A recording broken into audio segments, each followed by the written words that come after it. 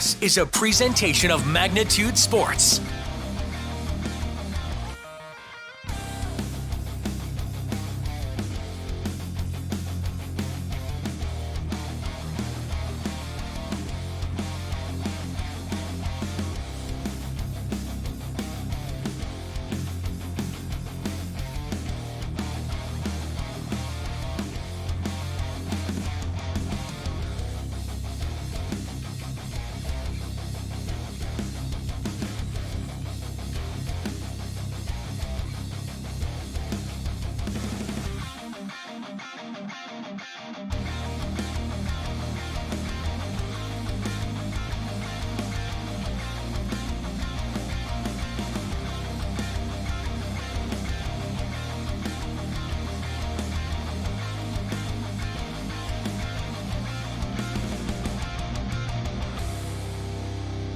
Now, the cameras are ready. The headset is on. It's game time.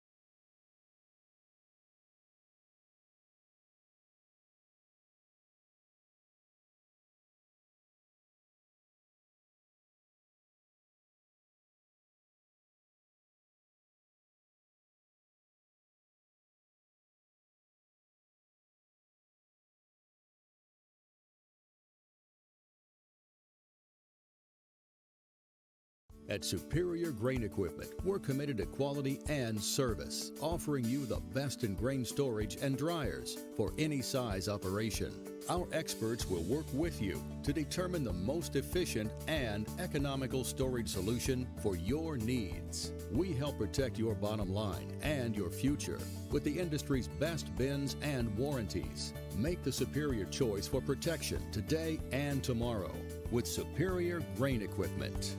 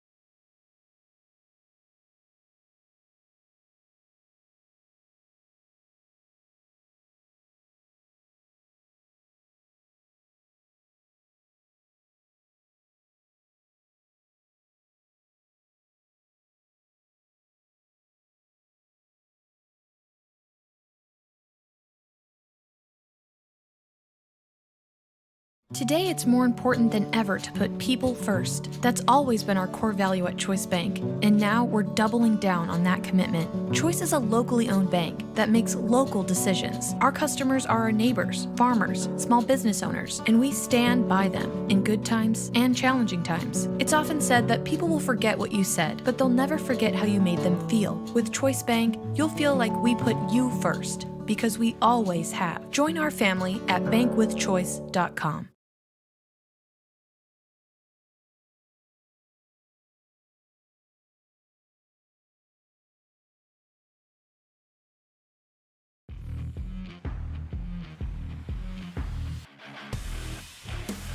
All right, now we do have sound, and we want to thank Wade and Nick and Lisa and all those who texted Phil down on the sideline. Apologize for that, and we are ready. We are rocking and rolling now. So it is Carson Brown with a touchdown run to make it 6-0 in favor of the North Border Eagles here in the six-man state championship game. So Phil and I will go over our pregame thoughts through the first quarter here, as the sound was not on for the pregame, and we apologize for that. But, and Phil, I'll throw it to you here momentarily here as we get things kind of reset for our broadcast, as Center-Stanton will take over here. First down and first and 15. I almost said first and 10, but first and 15 from the let's see here, 20 minus 10. 15-yard line. Make it the 16-yard line. Well, we'll talk about Center-Stanton first, because they have the ball offensively and defensively. Hammonds is going to be the leader of this team, so the Eagles are going to have to make sure to shut him down at the running back position and then also linebacker position. And this is Saylor on the throw, and the throw is going to fall incomplete. Diving to try to make the reception there was Mason Olander, and that'll be incomplete. Second down and 15. And Phil, continuing your thoughts there on. Yeah, I'm going to also say on the line, of course, they got to look at Lane, and then who's the scat back there, number 15, just happened to forget his name. Jaden Hall. Jaden Hall, of Yep. course, he's the touchdown leader for Center-Stanton Wildcats. So those are three guys they definitely have to shut down. The Eagles do, but they got a number of athletes on that Center-Stanton team. North Border 6-0, ranked number 1. Center-Stanton ranked number 2 at 5-1 on the season there. And there's a shutdown and a nice tackle there by Jackson Johnson. The ball carrier was Ethan Hammonds. Hey, that's a beautiful segue there that he's setting us up for. Jackson Johnson's going to be the leader of this Eagle defense and offense. The All-State player last year, first team All-State. Again, beside him is going to be Eli Bjornstead, T.J. Cosley are going to be a few of their key players offensively and defensively. And just for the audience, Eli Bjornstead is back on the field. I can see that after being out for a brief injury. That's good to hear. Center-Stanton started the season with a 70-12 win over Trenton, a 55-44 win over Midway Minto, and that ball is fumbled, and it looks like North Border got it.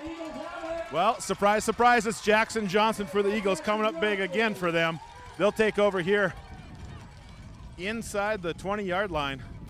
To finish my thought on the Wildcats there, 55-44 win on September 10th over Midway Minto, a 75-6 win over Drayton, a game we had for you here on Magnitude Sports for the Wildcats, and then a 44-19 win over Drake Animus on the road, and then they would face North Border at home and fall 64-19, get the quarterfinal bye and pick up a 72-51 win over Trenton in the semifinals to reach the state championship game. And now the North Border Eagles are on the move again, leading 6-0, and on the reception there for the Eagles was Aiden Stainbrook.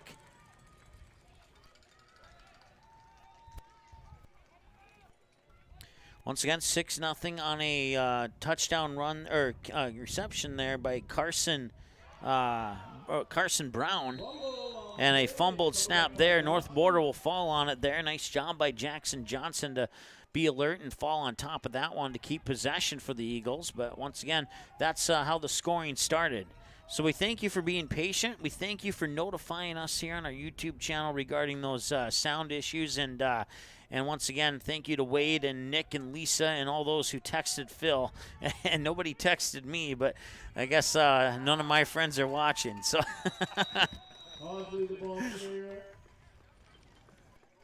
All right, here we are, Mike. It's going to be fourth down here for the Eagles. They need to get this one. This would be a big defensive stop for the Wildcats if they can get it. 7:01 to go here in the first quarter of play. Once again, the Eagles lead 6-0 on that touchdown by Carson Brown. And they'll pitch it back here, and that's Johnson. Johnson will keep it, and he'll be wrestled down right at the pylon. They're going to say he's in for the touchdown. Well, Bjornstead there in the up fullback position pitches it back to Jackson Johnson. He finds the corner of the end zone. So the Eagles take a 12-0 lead here over Center-Stanton. And once again, last time these two teams met back on October 2nd, 21 days ago, North Border took a large lead heading into the fourth quarter before Center-Stanton would get on the scoreboard. And the point after attempt there will fall just about a half a yard short. And they'll be no good. So correct me if I'm wrong, Phil. We'll keep it here instead of taking a commercial break. But I may have just noticed that on the point after attempts, they actually got to get into the actual end zone to score that. Is that correct? Or yeah, well, what they're doing here, you can see the last, the end zone is going to be set up, or the touchdown 2-point conversion or 1-point conversion is going to be set up at the 3-yard line, the actual 3-yard line on a traditional 11-man field. Okay. So you can see they're going to go past the pylon and set it up, so it won't be the actual goal line for that. And the reason is because of the 2-point conversion extra points that they do. Oh, with the kick, yeah. It needs to be the same distance. Traditionally, teams aren't going to use the field goal very often, so they just figure we'll just have the goal line be the 10-yard line. But when they're doing the point after, a number of teams do use the extra point kick. The 2-point kick, I should say. Yeah, and that would make sense because that'd be a long 2-point kick if they otherwise. So thanks for the explanation there, Phil. And now that we're all clear on that, the kickoff is ready to go, and that's taken at the 20-yard line, and he'll move it up just shy of the 30. On the return there for the Center-Stanton Wildcats was Jaden Hall. Jaden Hall made that remarkable one-handed catch in the game against Drayton that we had for you here on Magnitude Sports back on September 18th. If you missed that one, you can watch it on demand. You can also watch the state championship game on demand if you're not able to catch it live. You don't have to give away the final score. You can send your friend or family member to our website and have them click the word watch, and they can watch it again and find out how this game developed for themselves. Here's a handoff. And Center-Stanton, the Wildcats, with a little bit of room to run and a little stiff arm, and he'll be pushed out of bounds just shy of midfield. And on the carry there for the Wildcats once again was Ethan Hammonds. Well, just we talked about the ground and pound game for Center-Stanton. That's their bread and butter. Hammonds there with the big gain there, sets up the Wildcats with a great position. Now, as you mentioned, Hall, Coach Furter from the Wildcats said he's got to have a big game today for them to do anything. 6:11 and counting to go here in the first quarter of play as Center-Stanton will set up for the snap just shy of midfield here in the 6-man state championship game. And he'll roll. He's looking to pass. He's looking to pitch. He's going to get pressured, and he had to get rid of it there because he had a man coming up behind him there, and he's like, when is he going to hit me? When is he going to hit me? And then he had to pass the ball. Well, that was Kyler Moore coming up, number 24 for the Eagles defense there, and just seconds away from making a big play. He was lucky to get the ball thrown. That incomplete pass will stop the clock with 5:57 to go here in the first quarter of play.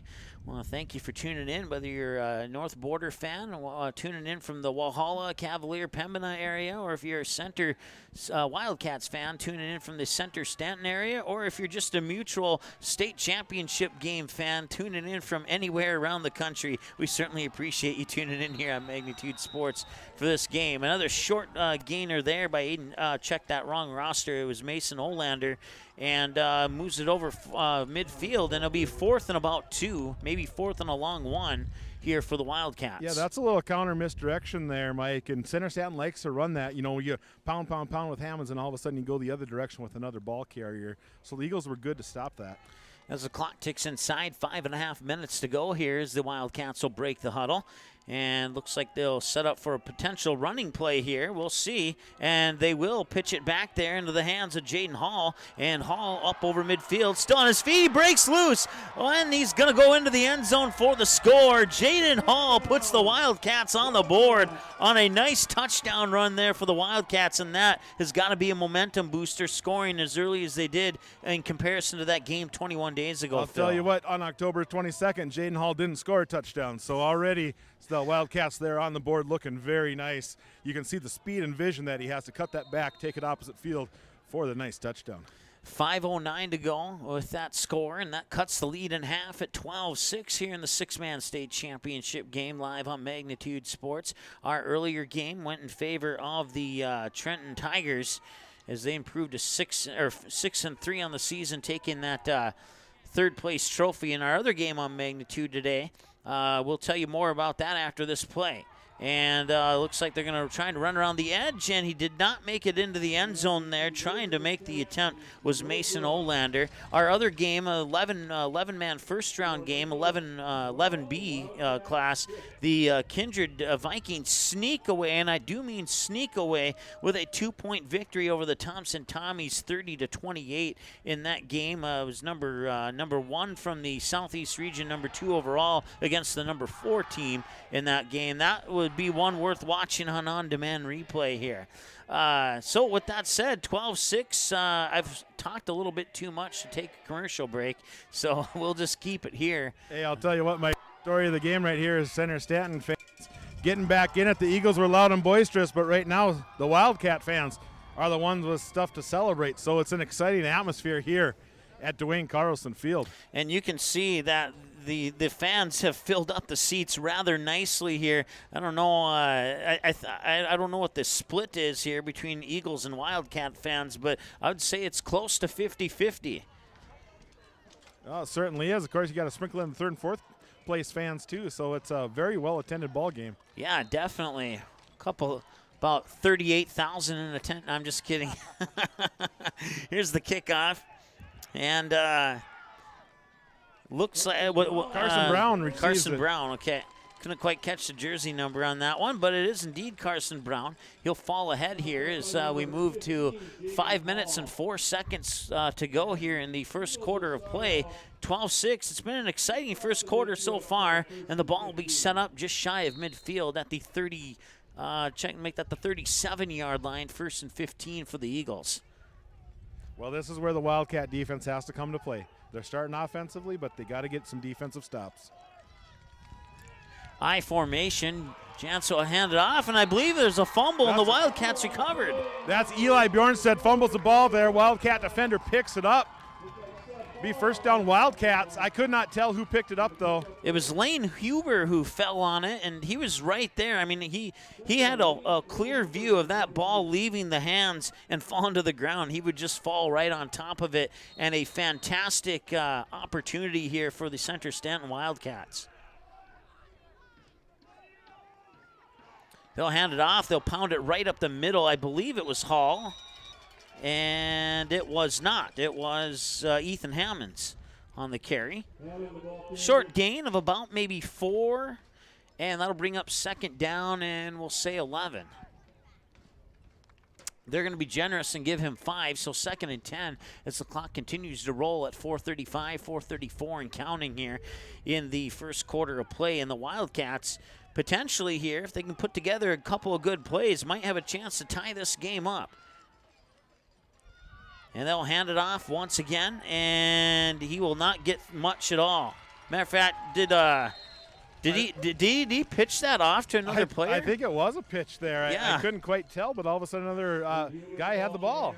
Yeah, Lane Huber is the one who eventually got tackled with possession of the ball, but I think it was Hammonds who had it before him. So, and that was a smooth transition on that pitch. It almost faked everybody out. Well, it's quiet now here on 3rd down. This is already, you can tell, a game-changing play, one of the biggest plays of the game so far. 3:41 and counting to go here. First quarter of play. Eagles lead 12-6 here in the six-man state championship game, and looking for another run there, and he'll get shut down at about the 30-yard line.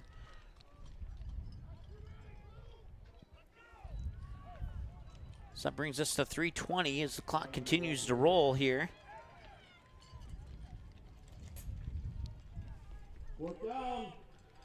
Big 4th down. It's 4th and we'll call it 4th and 8 here for the Center-Stanton Wildcats. And big play for both teams here. Center-Stanton can get a first down. That might give them a little bit of momentum.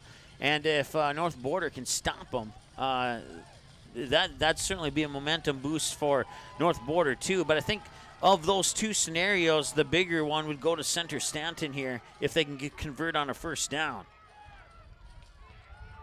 And looking to pass, and he's still in the backfield. Now he's going to tuck it in and run, and he's going to be brought down.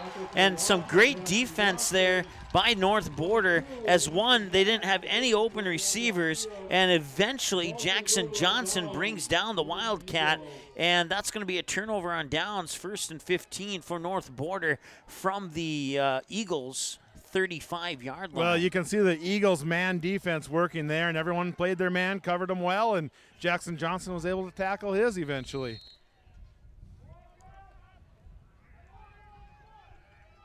So they'll put a man sort of in motion there, and handoff up the middle, finds a little bit of a hole, and it looks like probably Bjornstad, excuse me, on the carry.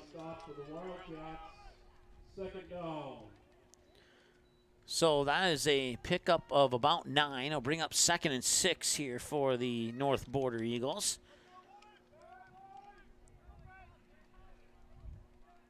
North Border playing a little bit tighter formation than we see from most 6-man teams, as Jackson Johnson will get hit hard just shy of the 30-yard line at about the 32. He'll set up 3rd down and about 3. As the clock continues to roll, minute 50, and now flags all over the place. That is a lot of yellow on the field there, and it all came simultaneously.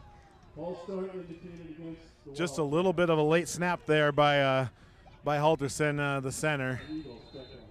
The Eagles wanted to get off and do a hurry-up offense, and Halterson just wasn't able to snap it quick enough. I think at least 5 yellow flags went up in the air at the same time. That was the most flags I've seen in any football game at any level.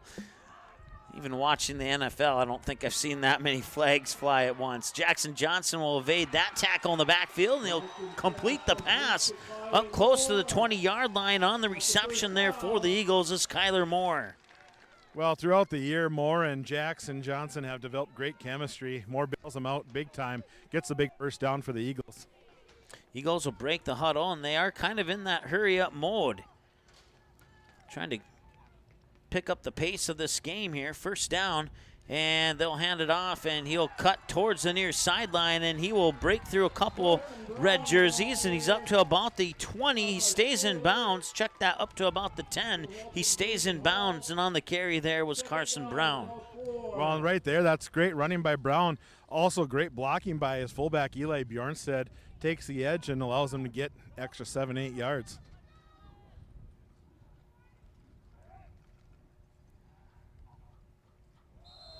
And that'll be, I believe that'll be encroachment on the Wildcats. I didn't see any Eagles move. Yeah, Eagles playing very well maintained and good composure, able to draw them off sides. It's this hurry-up, slow-down thing that the Eagles are doing, causing Center-Stanton fits right now.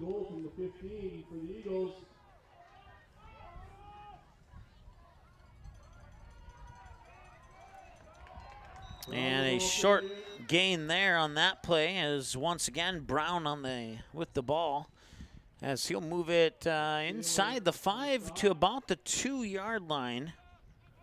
Once again, if the Eagles cross that 10-yard line, that's a score.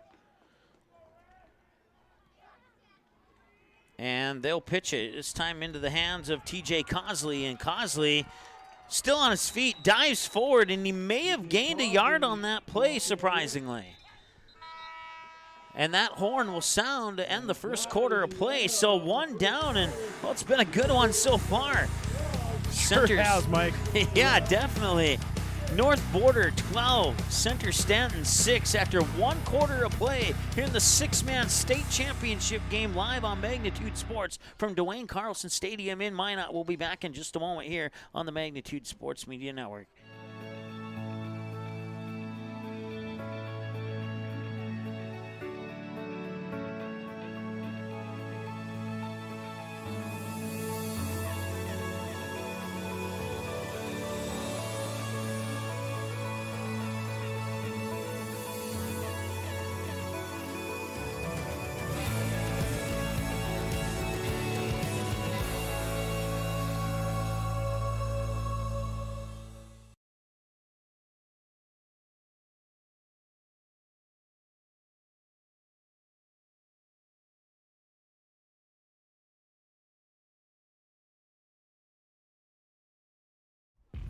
All right, welcome back. 1/4 of play complete. And we move on to the second quarter of play. Put 10 minutes on the second quarter clock. 12-6 in favor of the North Border Eagles. And it started with Carson Brown scoring the touchdown to make it 6-0. Jackson Johnson would get a pass in the corner of the end zone for a 12-0 lead. And then Jaden Hall for Center-Stanton would run it in on a 40-plus yard run. And that would make it 12-6. Now North Border knocking on the door, looking to score again, and they do. Elias, how do you say his name, Phil? Bjornstad there. Bjornstad, there we go. Elias Bjornstad scores for North Border, and that makes it 18-6 with the point-after attempt coming up here. So 3 scores in the first quarter, 1 so far here in the second quarter, and they look for the 1-point conversion, and that pass will fall incomplete. It was intended there for Carson Brown. Jackson Johnson under a little bit of pressure and had to fire that pass off, maybe a little sidearmed, it kind of looked like, and not sure if that's how he normally tosses his passes or not. Well, just the offense was in a different formation there, and maybe they just didn't seem a little comfortable to me, I guess. So we'll see if they continue with that look in the second quarter, or maybe that's just something they're going to do for some point-after attempts. 9:56 to go here, second quarter of play, 18-6, your kickoff in 30 seconds. At Superior Grain Equipment, we're committed to quality and service, offering you the best in grain storage and dryers for any size operation. Our experts will work with you to determine the most efficient and economical storage solution for your needs. We help protect your bottom line and your future with the industry's best bins and warranties. Make the superior choice for protection today and tomorrow with Superior Grain Equipment. All right, welcome back. Second quarter of play. North Border just scoring there on a Elias Bjornstad touchdown run. They take an 18-6 lead now, and Center-Stanton will try and return it. And a lot of contact there, and a little bit surprised no flags came out. Looked like there was a couple holds upfield, but regardless, it'll be Center-Stanton football on the 1st and 15 from their own, let's see here, 19-yard line, it appears. Well, at this point, Center-Stanton's going to have to answer on offense. They got the big play by Hall last time, and we'll see if they can get something here.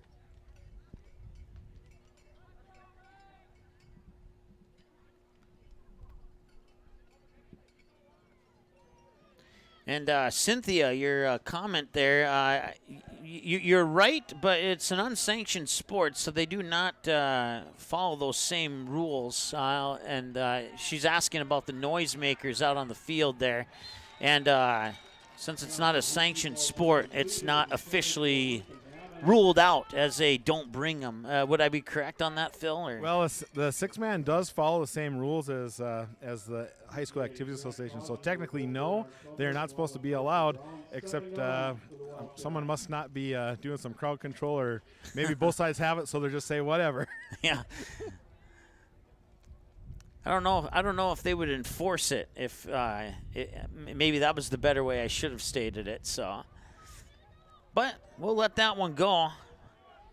And now it's 2nd down and 15 after a no gain there for the Wildcats. They'll hand it off, and that appears to be Lane Huber.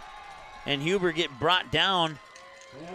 And it was Jackson Johnson and TJ Cosley on the tackle there in the backfield. And that'll be a loss, and it'll bring up 3rd down and about 17-ish.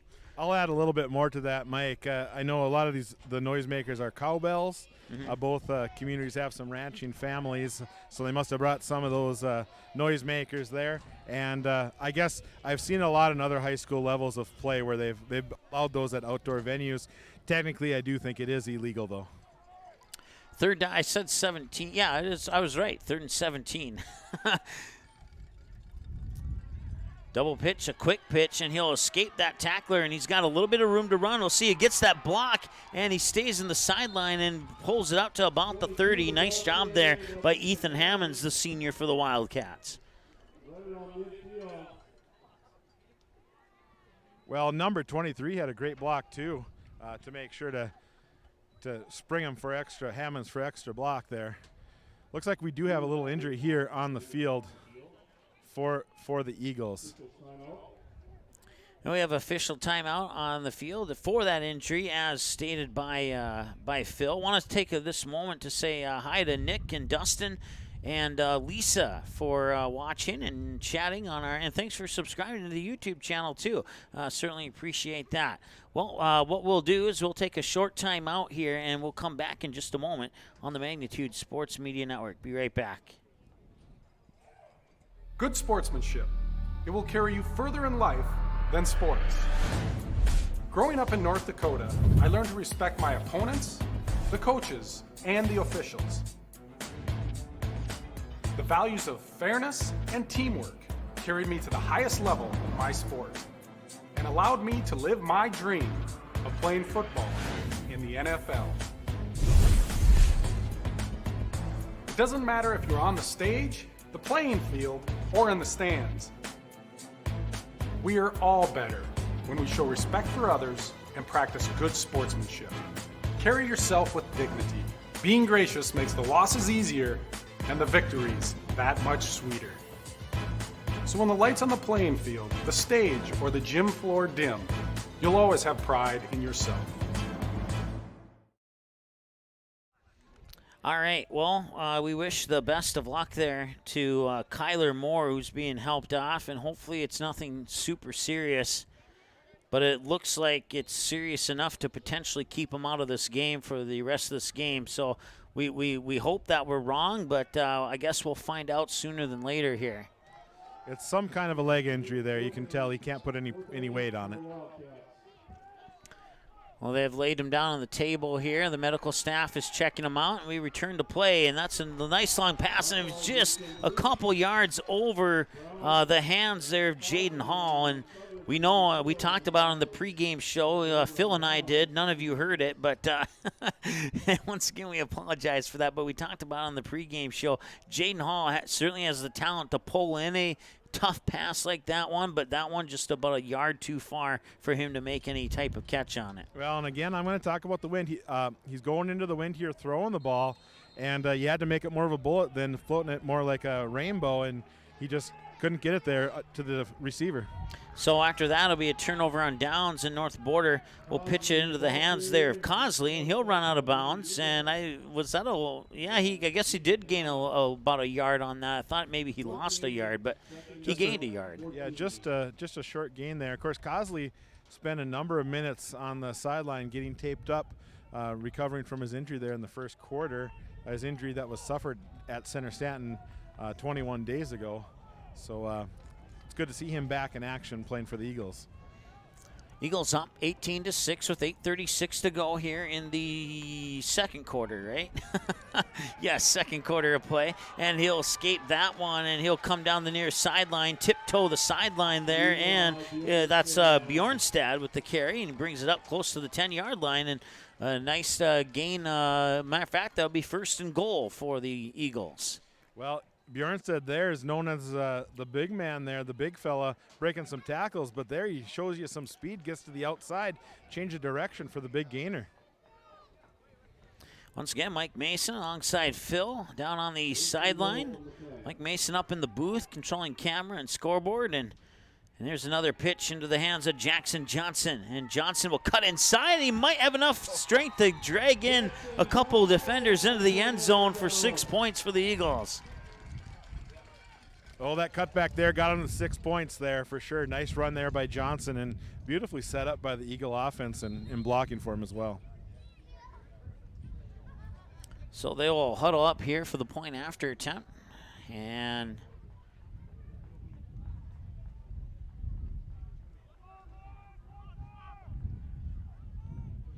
Johnson fakes the handoff, lobs a pass, and that pass is caught there by Carson Brown, and That puts another point onto the board, and it's now 25-6 in favor of the North Border Eagles over the Center-Stanton Wildcats here in the six-man championship game, live from Dwayne Carlson Stadium in Minot here on Magnitude Sports. Your kickoff in 30 seconds.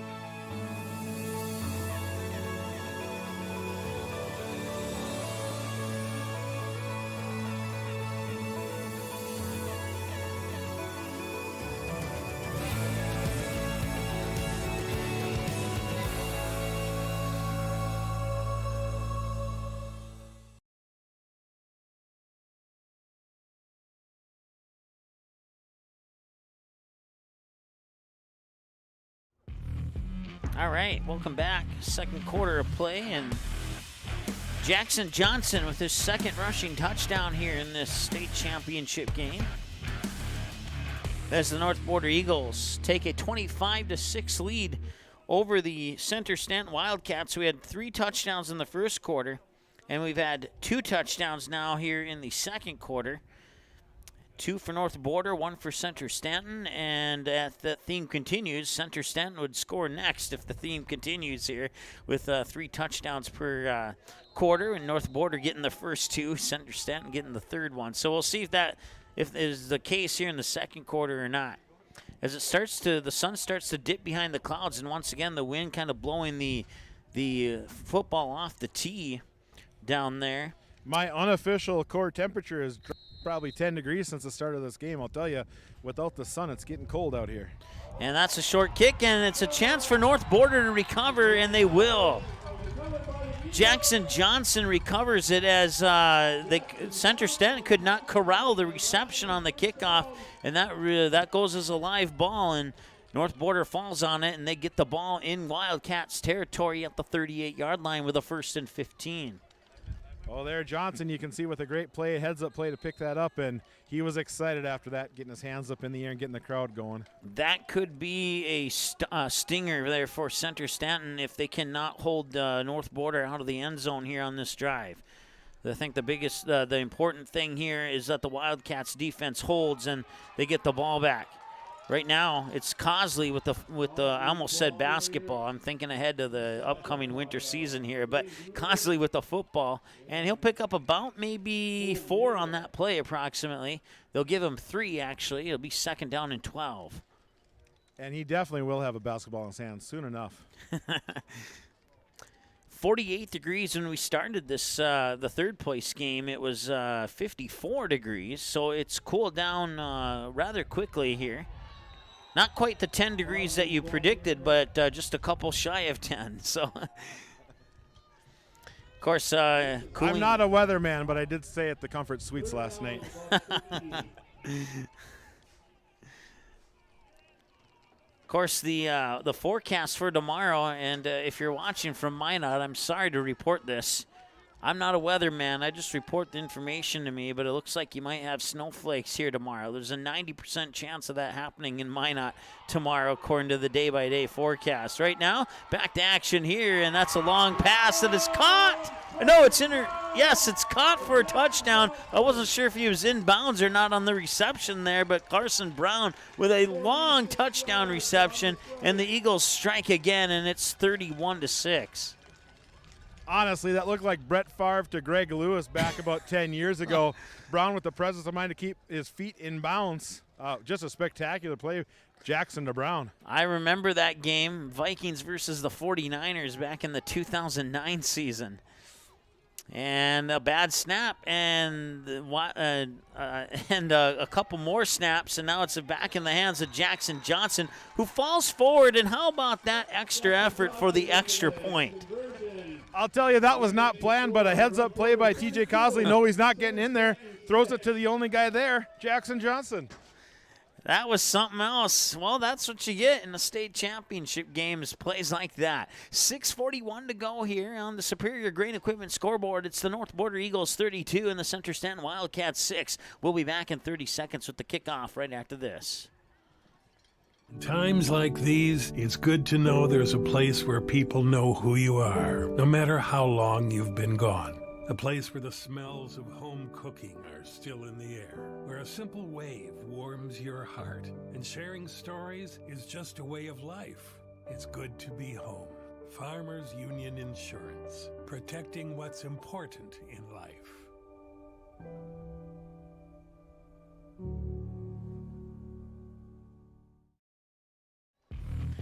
All right, I want to say hi to Jim watching from North Carolina, tuning into the six-man state championship game. Also want to say hi to Ben and Jake and Colby. And thanks for watching, guys. We certainly appreciate that. Dustin, Nick, if I missed anybody, well, thanks for chatting and keeping me on my toes here, trying to say hi to everybody. The kickoff is underway here, and Center-Stanton will have the ball. And on the return there, it was, it looks like it might have been Jaden Hall, and it was. So Jaden Hall will bring it back to the 30-yard line. So once again, Jim saying not too familiar with six-man football. So it's played on an 80-yard field, 1st and 15 instead of 1st and 10. 4 chances, everybody on the field, an eligible receiver. What did I miss there, Phil? Well, the extra points, you run it or throw it, it's going to be worth 1, and then if you kick it, it's worth 2. That's probably the biggest change. A field goal, if we ever get to that point, would be worth 4 points as well. I think, didn't you have a field goal on your last broadcast, or was that just a 2-point kick? I think that was just a 2-point kick. Oh, gotcha. And here's a run to the outside, and he'll be dragged down out of bounds, and on the carry there is Ethan Hammonds. Hammonds just can't get anything there going to the outside. They're going to have to find a way to pound it inside for him to get any yardage. So he got back to about the original line of scrimmage, so they'll set up 2nd down and 15 for the Wildcats. Nice scoreboard here at the Dwayne Carlson Field. Dwayne Carlson Field on the scoreboard, and then on the press box it's Dwayne Carlson Stadium. So not sure which one, or maybe we just use both of them and we do 50-50. So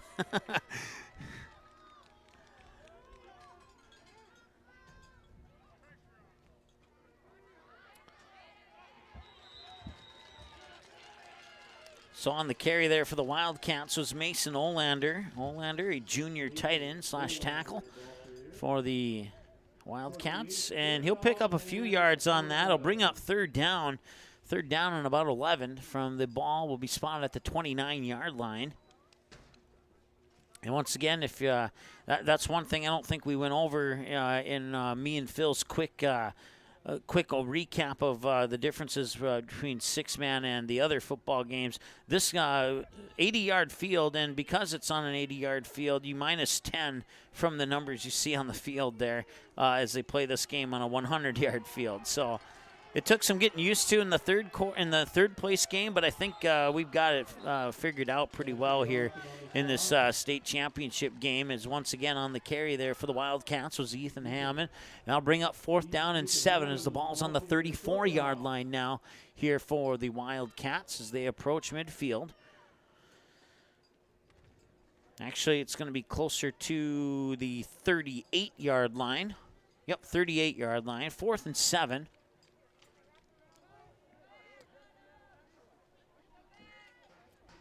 Once again, number 1 versus number 2. North Border 6-0. Center-Stanton 5-1. Their only loss came 21 days ago, 64-19 to these North Border Eagles.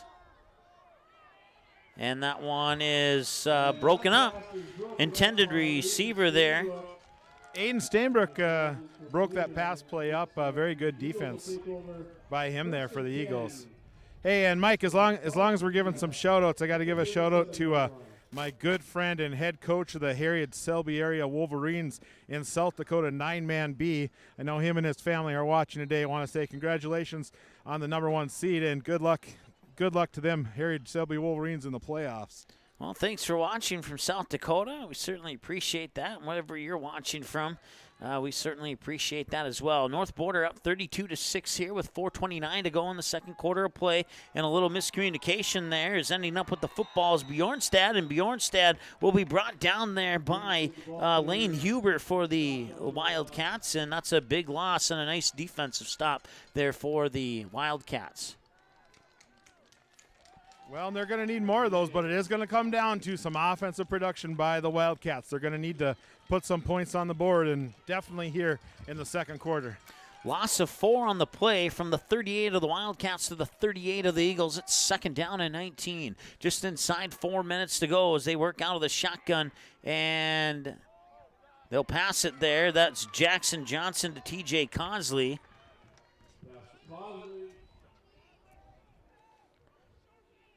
Maybe my eyes were deceiving me there, but was there an additional pitch there? Did I miss it, or did they get away with one there? Or? Nope, I do not believe that there was. I didn't notice anything. Neither did I, so. 3rd and long for the Eagles. 3rd and about 14. As the ball moves back onto the line, and a low snap there almost causes some trouble. Matter of fact, it does cause a little bit of trouble. And he still catches the ball. Cosley down at the 10-yard line on the reception, maybe closer to the 9-yard line. It's good for a first down and goal for North Border. Well, the official had as good a view as anyone in the stadium. He says he caught it, so the Eagles will get a first down here. Clock continues to roll, 3:04 and counting. First and goal from the 9-yard line here for the North Border Eagles, leading 32-6 on the Superior Grain Equipment scoreboard. As we're inside 3 minutes to go here in the second quarter of play. Coming up at halftime, we'll talk to some coaches and see what else we can get from the field down there. And once again, that's just shy of about 3 minutes away here on the Magnitude Sports Media Network. Tuning into the 6-man state championship game. Earlier action today on Magnitude Sports. The Kindred Vikings sneak out with a 2-point win over the Thompson Tommies, 30-28. And then in our third place game, it was the Trenton Tigers taking third place over the Drake Animus Raiders. And now the only one left to decide is this one. And right now, North Border Eagles looking pretty good. Quick screen pass there into the hands of TJ Cosley, and he's into the end zone for another touchdown for North Border, and it is now 44-0, if I did my mental math right. I'm sorry, I got 2 touchdowns ahead of myself, 38-6. Yeah, the scoreboard operator got the 6 points on real quickly, so maybe that's where you were mistaken. Yeah.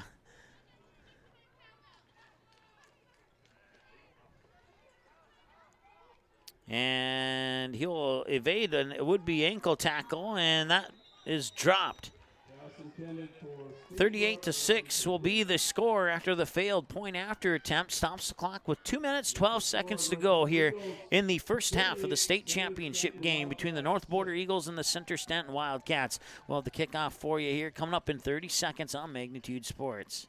Today, it's more important than ever to put people first. That's always been our core value at Choice Bank. And now we're doubling down on that commitment. Choice is a locally owned bank that makes local decisions. Our customers are our neighbors, farmers, small business owners, and we stand by them in good times and challenging times. It's often said that people will forget what you said, but they'll never forget how you made them feel. With Choice Bank, you'll feel like we put you first, because we always have. Join our family at bankwithchoice.com. All right, welcome back. Dwayne Carlson Field / Dwayne Carlson Stadium.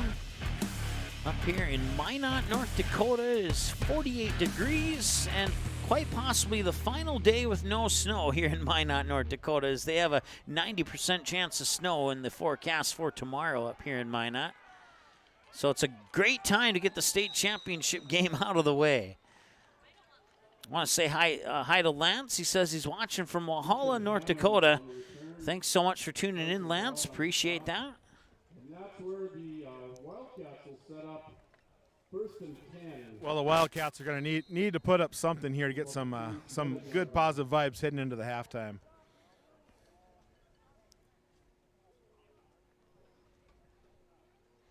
.48 degrees now. We'll probably be down to about 45 by the time this game comes to a conclusion. That would be about a 9-degree drop from where we were at the start of the third place game. And now a flag before anything happens. And I don't know what you saw, Phil, but I didn't see either team move. That's offsides on Elias Bjornstad there. He jumped early. They're going to give the Wildcats 5 yards. So a free 5 yards there. 2:04 to go in the second quarter of play. 38-6 as the Wildcats have, the Eagles have things under control here in the second quarter of play. And looking to pass, and he will finally release it, and it's tipped and it's caught. But I think it was out of bounds. No, it was in bounds. They're going to call this good. Hall has a presence of mind after the tip to regain establishment of his feet, secures the ball, and gets the reception. And we talked about that athleticism and skill a little bit for Jaden Hall in the pregame show, and he showed what we were talking about right there. That was an outstanding play, and that's a first down for the Wildcats. I want to say hi to Chase, says let's go Eagles. Well, and again, the Wildcats are going to have to find a way to get Hall more involved in this game, and at least also as a decoy there, Hammonds can get some good yards. So, and the pitch back is dropped, and he picks it up, and he will still fire it off. It's batted, and it's batted again, and it falls incomplete, and that's about probably the best thing that could have happened for the Wildcats on that play there. Yeah, and I think Jackson Johnson was the Eagle defender that knocked that ball down, I believe. Minute 44. Clock will stop at that point there after that batted down incomplete pass. A couple of bats, and both teams had a chance to make the catch and or make an interception, but it would fall to the ground. This time the pitchback will not be bobbled, and he will keep it, and he'll start running. And he takes a hard bear hug there right at the 15, 16-yard line as he's brought down quickly. You know, and Mike, of course, we know that the Wildcats want to score, but they also don't want to leave too much time on the clock here. So they really should be in no hurry. Coach Furter is going to be able to be at his full offensive arsenal for plays. Clock continues to tick, 1:11 and counting now here in the second quarter of play.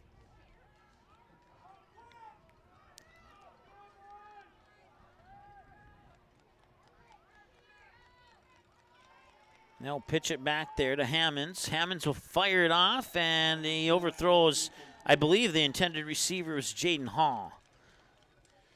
And Mike, just to update to the fans watching at home, we did talk about Kyler Moore with his injury. He has left the stadium, I am assuming, going to receive medical attention. It looked like a knee injury. Well, hopefully they can get things taken care of here at the local medical facility, and we wish him a speedy recovery and hope that he can return for the winter sports season. As I would presume he's not coming back into this game if he's left the facility. And kind of stutter stepping around there, and he finds his man. That's Hammonds to Huber, and Huber's into the end zone for a Wildcat touchdown. Well, and what a great job of surveying the field, finding the open receiver, and again, they did exactly what they needed to do here, scoring a touchdown late in the second quarter. And that will, more specifically, late as in 45 seconds remaining on the clock here, and 38-12 as Ethan Hammonds kind of stutter stepping, avoiding would-be tacklers in the backfield, finds Lane Huber on the pass, and now they'll try for the two-point kick, and it's up, and it is good. And 2 more points here for the Wildcats, 38-14, and the Wildcats definitely need to build off this momentum here as the first half comes to a close, or near a close, and we'll see if they can swing that into the second half here, Phil. Well, yeah, it's great momentum here for the Wildcats, and you never know what happens. 45 seconds to go. Eagles definitely could score. You know, there could be a turnover. Maybe Center-Stanton decides to onside kick it. So the possibilities are endless, except we know we will have an exciting second half. That's one thing we know for sure. Well, North Border scored on that previous possession to make it 38-6.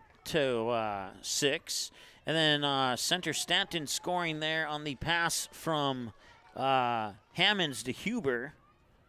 I'm writing this down so I don't forget it later. 2-point conversion kick good. 38-12 plus 2 is 38-14. That's where we sit right now, and we'll keep it here as the Wildcats are ready to kick. And there'll be that little one-hop kick there, and it'll be kneeled down right at the 32-yard line there by North Border's Grant Cosley. We'll see what the Eagles elect to do here. They have moved the ball quite successfully. 45 seconds. They do have enough time to do something. So that kickoff takes 2 seconds off the clock, and the Eagles have 43 seconds to. Oh, they're going to down it here. Yep, they'll be satisfied with the 38-14 lead moving into the halftime break, and no play clock. So I don't know if they'll have to run another play or not. Officials say they don't need to, so they're going to go to halftime here. The score 38-14. All right, well then we'll go to halftime as well. In 30 seconds, Coach Archie could be here for an interview if you need. All right, well we'll plan on that here. And once again, it is 38-14 in favor of the North Border Eagles here in the state championship game. We'll take a 30-second break and we'll talk to Coach. Actually, I think, are you ready right now? Or? Yeah. I got Coach Archie here for the North Border Eagles. Coach, your team is looking again pretty good here in the first half, but you've allowed Center-Stanton to score. They're sticking in this ball game. Yeah, defensively, we have to make sure we know who's got who in cover. We're getting away. We're abandoning our coverage and trying to come up and tackle the run, but we got to stay in our coverage. Well, yeah, second half for you, going to look to play stellar defense. Your offense has moved the ball pretty well, though, haven't they? Yeah, defensively, we have to step up and stop things. Offensively, we just have to keep doing what we're doing. Okay. All right, thanks, Coach. Good luck in the second half. Thank you. All right, and with that, we'll take a timeout. We'll be back in a moment here on the Magnitude Sports Media Network.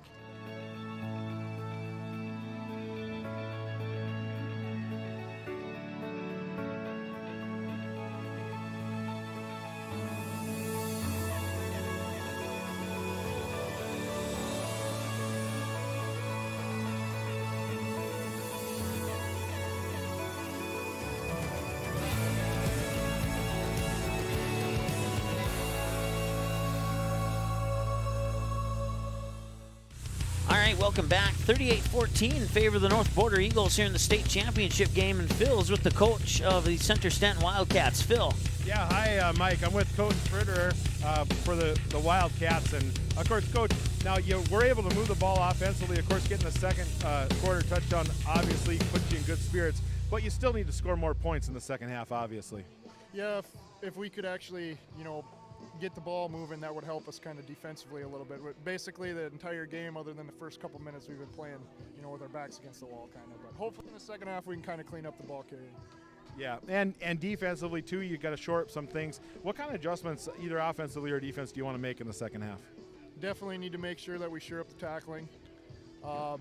Just making sure that we're in the right spots in the right moments, and we should be okay. We're gonna try to have a hard effort here this second half and put up some more points. Get back into this.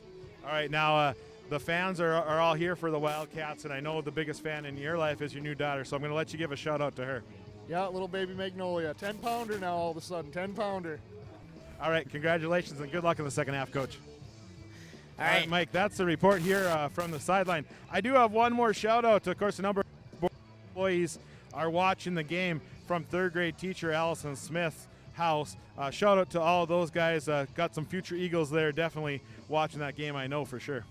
All right, well, thanks a lot, Phil, for tracking down those coaches, and thanks to both coaches for providing their comments and thoughts on the first half. It's once again 38-14 in favor of the North Border Eagles over the Center-Stanton Wildcats here in the six-man state championship game. We're about 10 minutes away from the second half. We'll take another timeout. We'll be back with your scoring summary right after this here on the Magnitude Sports Media Network. Times like these, it's good to know there's a place where people know who you are, no matter how long you've been gone. A place where the smells of home cooking are still in the air, where a simple wave warms your heart, and sharing stories is just a way of life. It's good to be home. Farmers Union Insurance, protecting what's important in life.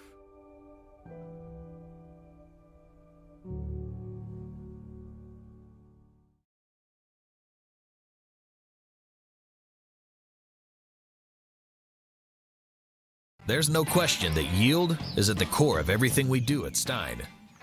It's why we are here today, and it's what will continue to propel us and our growers into the future of agriculture. Stein Enlist E3 soybeans provide a significant dollar per acre yield benefit, plus access to the best weed control in the industry. That is yield plus results. Yield expected, yield delivered. Stein Enlist E3 soybeans have yield.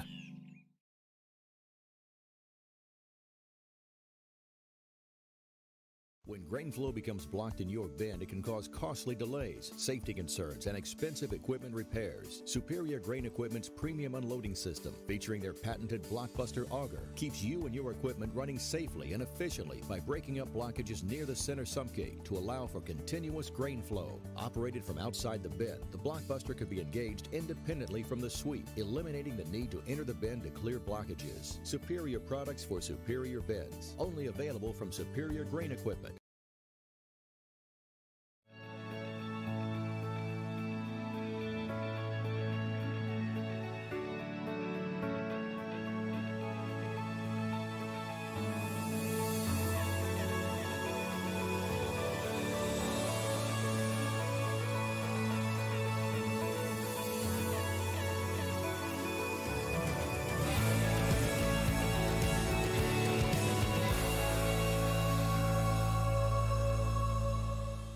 Now batting, number 5. Nice seats. $50 though? Hey, this dude got his seat for only $20 on Game Time. Whoa. Game Time tracks ticket prices in real time and finds you all the best last-minute deals, so you can get tickets for up to 60% off. 60% off? Mystical ballpark voice? Yeah. That guy freaks me out. Download Game Time now. Come on, do it. Good sportsmanship. It will carry you further in life than sports. Growing up in North Dakota, I learned to respect my opponents, the coaches, and the officials. The values of fairness and teamwork carried me to the highest level of my sport and allowed me to live my dream of playing football in the NFL. It doesn't matter if you're on the stage, the playing field, or in the stands. We are all better when we show respect for others and practice good sportsmanship. Carry yourself with dignity. Being gracious makes the losses easier and the victories that much sweeter. So when the lights on the playing field, the stage, or the gym floor dim, you'll always have pride in yourself. Magnitude Sports has delivered over 1,000 broadcasts capturing all fourth quarter comebacks, walk-off home runs, buzzer beaters, 62-point volleyball sets, and double overtime victories. The excitement is on Magnitude Sports. Over 150 teams from 5 states and 2 countries have been featured on Magnitude Sports at both the varsity and sub-varsity levels. Subscribe to our YouTube channel and select your alert preference so you never have to miss that big moment from your favorite area sports team. Find us on Facebook and Twitter too. This is the Magnitude Sports Media Network.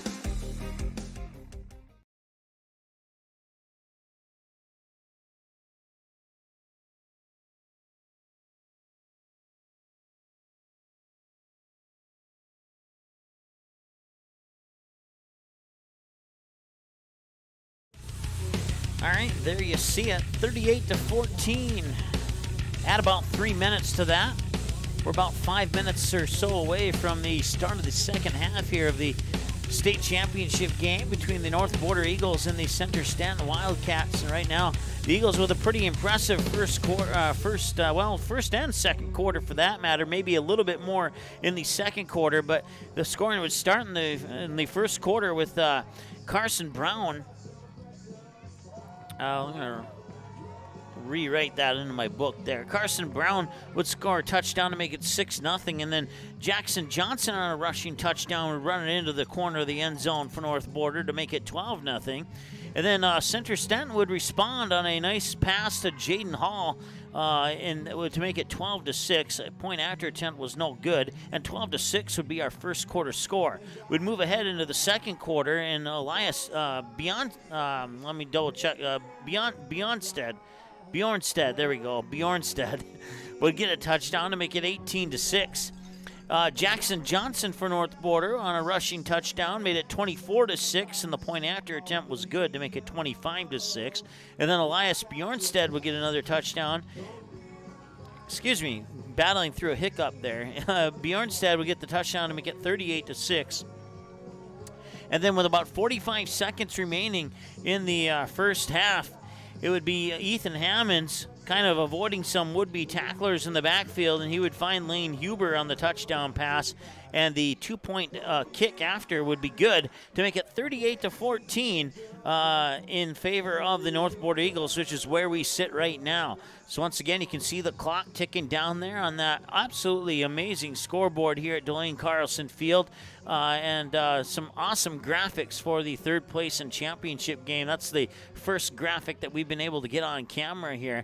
But just an outstanding facility. It's a turf field here. They play, the Minot Magicians play their soccer here, and of course the Minot football team plays their football here. I believe they have a amateur/semi-professional soccer team that plays on this field too, if my memory from last summer serves me correctly there. But once again, a nice attendance of fans in attendance here. And now they're starting the wave, and I don't know what I think about that, but we'll go with it. I want to say hi to Mike, also Dustin and Lance and Chase for tuning in recently here, and we thank you whether you're watching in and cheering on the Wildcats or if you're watching and cheering on the Eagles. We certainly appreciate you tuning in. Also Jim from North Carolina. I'm not sure who he's cheering for since he's from North Carolina, but thank you for tuning in. Maybe we need some more neutral fans watching. I don't know. But no, keep the chats going. All we ask is that you keep it clean, be nice to each other. If we have to, I will make some changes so that you cannot chat if you get a little bit too nasty. But looking back, it seems like everything's just been friendly banter for the most part. So just a FYI for you there. Keep it at that friendly banter and everything will be okay. 38-14 as we have about 2 minutes before the second half restarts. So we'll take a 2-minute break and be back with that second half kickoff right here in Magnitude Sports.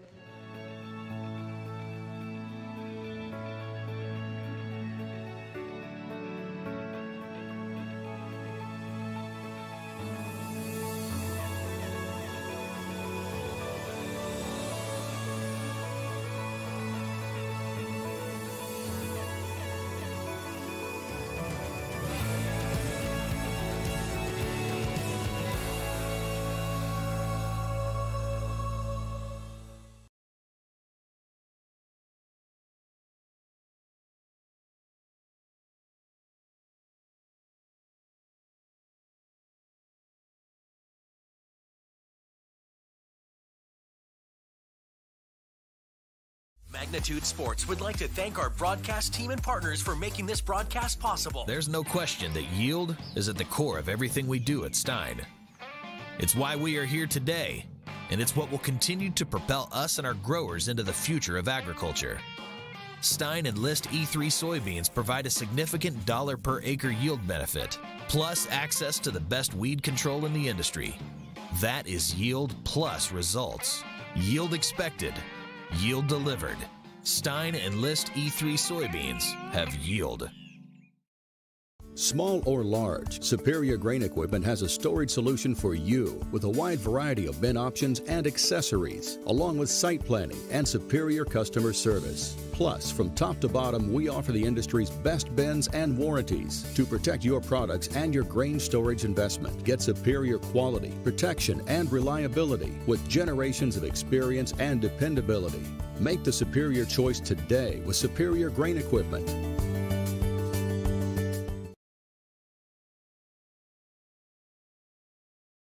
Times like these, it's good to know there's a place where people know who you are, no matter how long you've been gone. A place where the smells of home cooking are still in the air, where a simple wave warms your heart, and sharing stories is just a way of life. It's good to be home. Farmers Union Insurance, protecting what's important in life.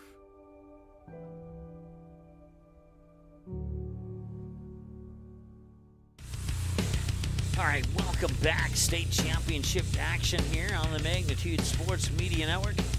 38-14 in favor of the North Border Eagles. We got Phil down on the sideline. Phil, to put you on the spot, your thoughts moving into the second half here. What are each teams needed to do outside of being Captain Obvious? All right, well, the half gets started in great fashion for the Wildcats because they're going to get the ball. But they have to score on this possession. Down 3 possessions, that's if they make every 2-point conversion attempt. So really, they're going to need more scores than that. So they get the ball the second half. That's going to be just what the doctor ordered. North Border just needs to do more of the same. All right, and the second half is now underway. Once again, 38-14 here on the Superior Grain Equipment scoreboard. Mike Mason alongside Phil down on the sideline and getting a nice view of the action. May or may not be a little bit jealous. But then again, Phil may or may not be a little bit jealous that he's not a little bit warmer up here, right? Well, that's right. I know you got a heater up there, so I'd like to be up there for sure. 1 second off the clock here in the third quarter after that kickoff. 9:59 to go here in the third quarter. And as Phil mentioned earlier, Wildcats need to score here on this drive. Absolutely, for sure, if they want to stay in this game and have a shot at it here. And a little screen pass in the backfield, and it's caught and dropped. It was Mason Olander who pitched it away, and then he went out and they sent the pass back to Olander, and he wasn't able to corral it in, and they'll fall for incomplete pass. 2nd and 15 from the 30-yard line with 9:52 to go here in the third quarter of play. Well, and so far the man defense for the Eagles has been doing the trick. It's stymied the Wildcats, and they haven't been able to move the ball as effectively as they'd like to. 38-14 on the Superior Grain Equipment scoreboard. And the Wildcats will break the huddle here. And the pitch back, surveying the field. He'll fire it over the middle and overthrows his receiver. On the intended receiver there was Darren Saylor, the senior. And now it's 3rd down and 15. So 2 incomplete passes, and that's no good for Center-Stanton. Well, it's definitely a trend, Mike, because if you remember the first game, a lot of receivers have been overshot by their quarterback. Just unable to make the big play here today, anybody. And then, I don't know, is it more windy, less windy, or about the same as it was in that third place game right now, I'd Phil? say a little less windy at this point. A little less. Kind of had that sense, but I figured I'd ask you since you're out there and I'm not. And let's see here. What they're going to do with this one. They're going to run it, and he gets knocked out of bounds. On the carry there was Ethan Hammonds.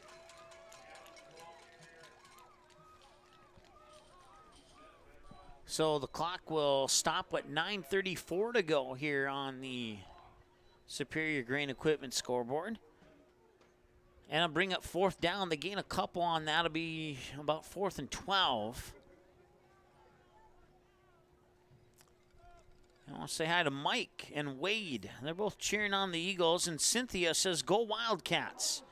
Lance says he has a headache, and if the Eagles score more touchdowns, that would cure the headache. I recommend some Advil, Lance.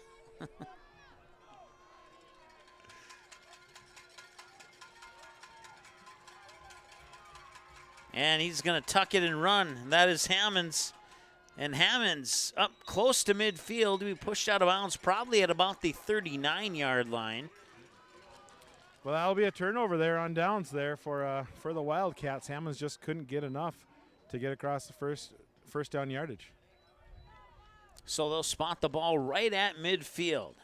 3/4 of the football on the Eagles side of the 40-yard line. And the other quarter right on the midfield mark. And now with the snap, he'll extend it over into the Wildcats side, and a low snap and a bobble and a pitch there to Bjornstad. And Bjornstad has, I believe, 2 touchdowns on the day. Yes, that's according to my notes. He has 2 touchdowns on the day. They both came in the second quarter.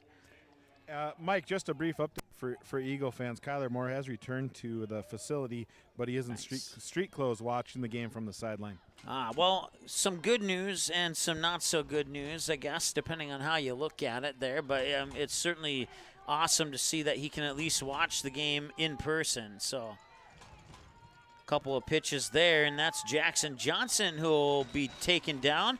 And a nice job there by Mason Olander to take down Johnson. But they'll gain about maybe 4 yards on that play approximately. They'll set up 3rd down and 11 as they'll spot the ball at the 36-yard line with 8:29 and counting to go here on the third quarter clock on the Superior Grain Equipment scoreboard.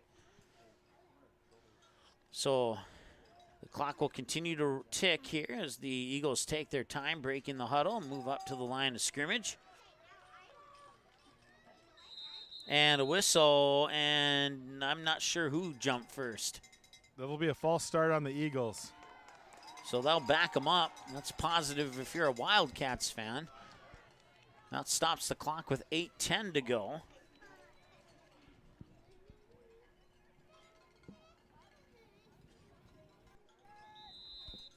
And now the referee will signal to start the clock again. The Wildcat fans in attendance cheering defense. And the Eagle mascot looking over there like, why are you cheering that? And Jackson will throw, and he's got a nice catch there by Stainbrook. He leaped up, came down, and... No, the ball came out as he hit the ground there, Mike. They're waving it off. Oh, incomplete pass. Wow. Well, I mean, A for effort there, and the only thing that went wrong is he couldn't control the catch all the way to the ground. And so incomplete. 4th down and 16. Stops the clock with 7:47 to go. Well, this will be big here for Center-Stanton. If they can stop the Eagles, they'll be able to offset the turnover on downs that they had last possession. And the Eagle mascot looking attentively here on this 4th down play from the stands.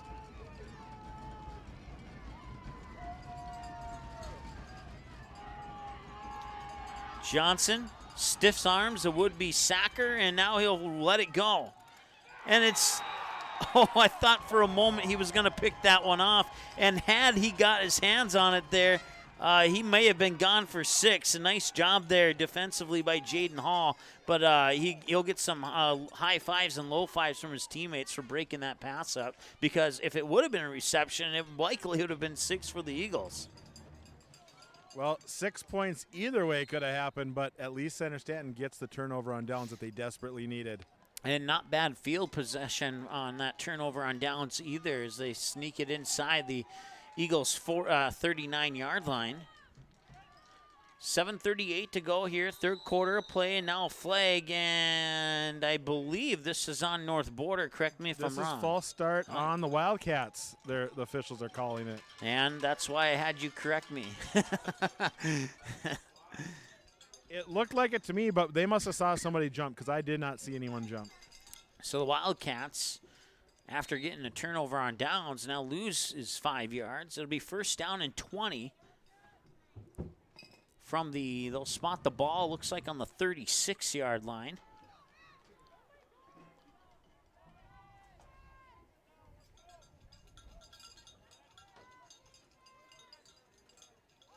And they'll hand it off. They'll try and run it up the middle, and that seems to have a little bit of success. Nice job there by Hammonds.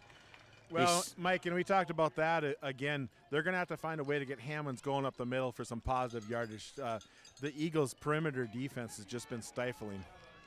Yeah, they have not been able to get anything at all going to the outside, either the left or the right. And we saw the up-the-middle thing work well for the Wildcats in the first quarter. And they tried that outside. I don't remember a single run up the middle in the second quarter. And now they're going back to it, and we'll see if they continue with it because it's been positive for them. They'll look to pass here, and that one is just overthrown again. And like we mentioned on a few occasions before in both games, just a little bit overthrown. There's a lot of completed passes that should have been made here in both the third place and championship games, but they're just not going in the way of the team going to the right. As you see it. It's baffling. I can't figure it out, but it is a trend.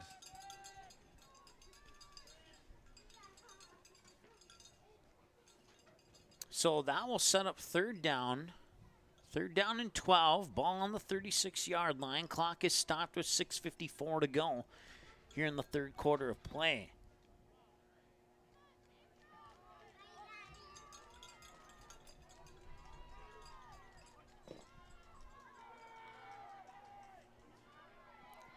And a handoff there, and that is Huber, maybe? No, it's Olander on the carry. And he'll gain a few, but it's going to be 4th down and about 10. 4th and 11 officially. And they'll pitch it there, too. That is Hall. And looks like one of the Eagles took a hard hit there. It kind of looks like maybe... It's TJ Cosley there on the sideline. Well, number 12. That's not a sight you want to see if you're an Eagles fan, and hopefully, I mean, and that's another thing you need to be cautious of with the temperatures dropping. Those hits that you'd receive on like a 60 or 70 degree game can hurt a lot more here on a 46 degree game. So. We'll keep that in mind. We'll take a timeout here. It looks like we might have a little bit of an extended break. We'll be back in just a moment here on the Magnitude Sports Media Network. Good sportsmanship. It will carry you further in life than sports. Growing up in North Dakota, I learned to respect my opponents, the coaches, and the officials. The values of fairness and teamwork carried me to the highest level of my sport and allowed me to live my dream of playing football in the NFL. It doesn't matter if you're on the stage, the playing field, or in the stands. We are all better when we show respect for others and practice good sportsmanship. Carry yourself with dignity. Being gracious makes the losses easier and the victories that much sweeter. So when the lights on the playing field, the stage, or the gym floor dim, you'll always have pride in yourself. All right, TJ Cosley coming off the field there. He's not putting any weight on his right leg at the moment.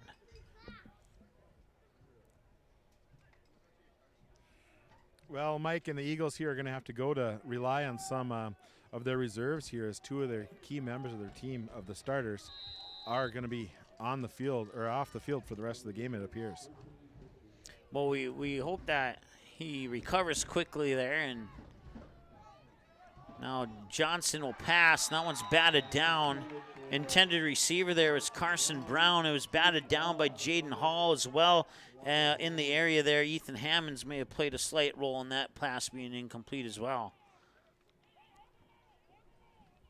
So 6:23 on the clock. Once again, 38-14 is our score here in the third quarter on the Superior Grain Equipment scoreboard. Lance, I kind of figured it was a joke, so everything's all good.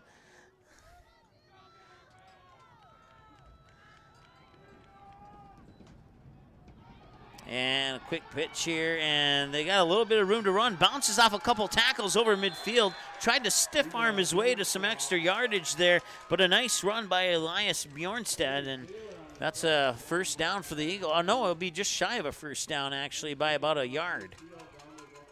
And now they're back moving it up. Back, Mike. Going to be about 3rd and 2. So 3rd and 2. Phil, Mike gives you a shout out. He says that you thrive in the cold. Sorry, I didn't catch that. More, and I'll say it again after this play here.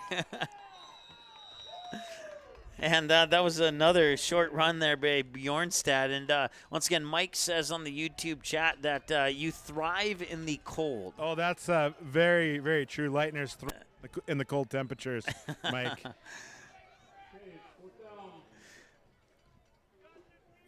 This is an incredible moment right here. 4th and 1 here for the Eagles.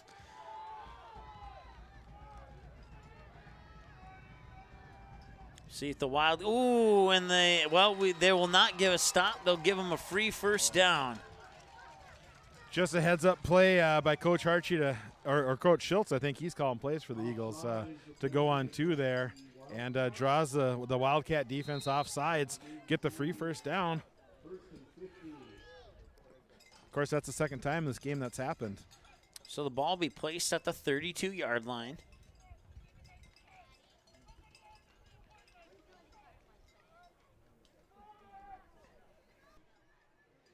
First and 15 from the 32-yard line here for the North Border Eagles.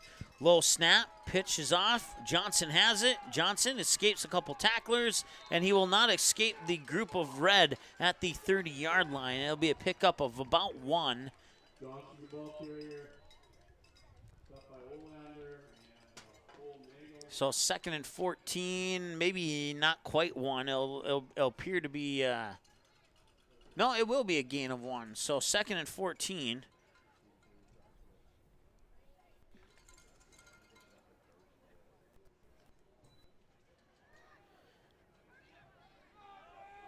The low tonight is expected to get to 27 degrees here in Minot. And we're at 46 right now, so about 19 degrees away from that low. And that one's intercepted. Did he hang on to it? Oh, he did. That's a clear interception. Center-Stanton's going to take over here. Looks like in around the 10-yard line. Nice job there by Lane Huber to pick. Oh, I'm sorry, wrong. No, that's Mason Olander. There's a 2 and not a 3 in front of that 3. So Mason Olander gets the interception to give the Wildcats the ball back, and they'll give them a 1st and 15 from the 12-yard line with 4:34 to go here in the 3rd quarter of play. Well, and I didn't catch, I think it was number 33, did a great job of just securing that ball and going to the ground, making sure that the Wildcats were going to take over. So now Wildcats with a chance to do some work here and trim that deficit down. Nice hole there and a spin move, but he couldn't quite get around. I want to say, I can't see who the number 48 maybe for the Eagles. Was it attack? Oh, I did not see that, Mike. Sorry. Yeah, no, I didn't see it either. It's number 22. It's Grayson Ullman, 22, yeah. who had the tackle, but he almost spun away from Ullman. Well, again, that's positive yards up the middle that they needed. So Center-Stanton just needed to go back to this formula that they can get some success at. 2nd and 4 from the 24-yard line here for the Center-Stanton Wildcats. And they'll hand it off. And now they're going to go to the edge again. And they get enough for the 1st down. And it looks like they'll be just shy of midfield at about the 38-yard line. So it'll be 1st and 15 from the 38 with 3:46 to go. They'll stop the clock just long enough to move the chains. Well, Mike, and working up the middle is going to set up that perimeter for success too. So by doing that middle, they're going to be able to work both ends of the field. And Center-Stanton needs to get something rolling now if they want to get back into this one and have a chance to come away with the victory. And he'll look to pass. He's dancing around the backfield. Now he's going to get some pressure. And he's going to get the pass off just in the nick of time, but the only thing that really did was prevent a loss of about an additional 2 or 3 yards. They still lost plenty of yardage on that one, and there'll be a loss of about 7. They'll set up 2nd down and about 22 from the 33-yard line. So loss of 7, 2nd and 22 from the 33-yard line. And, well, as I mentioned, without that pass, it might be 2nd down and 26 because that's about all that pass in the backfield there prevented producing positive results there. Is that 4 less yards lost. So they'll pitch it into the hands of Hammonds. And Hammonds will be drugged down and pushed out of bounds by Jackson Johnson. And they get back to, I think, the original line of scrimmage. Johnson on the stop. Carson Brown. Yeah, that's a big game. Big gain there by Hammonds there, Mike. Going to make up a lot more manageable situation.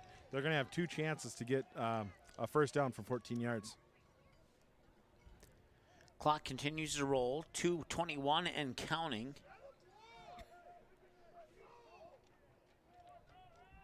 Very critical moment in the game. Center-Stanton needs to get this 1st down.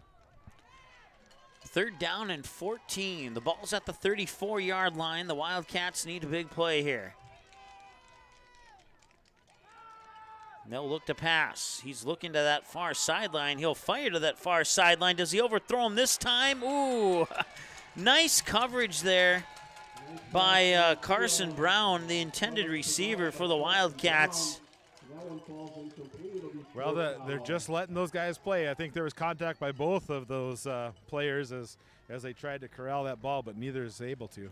Lane Huber was the intended receiver, and now it's 4th down and 14.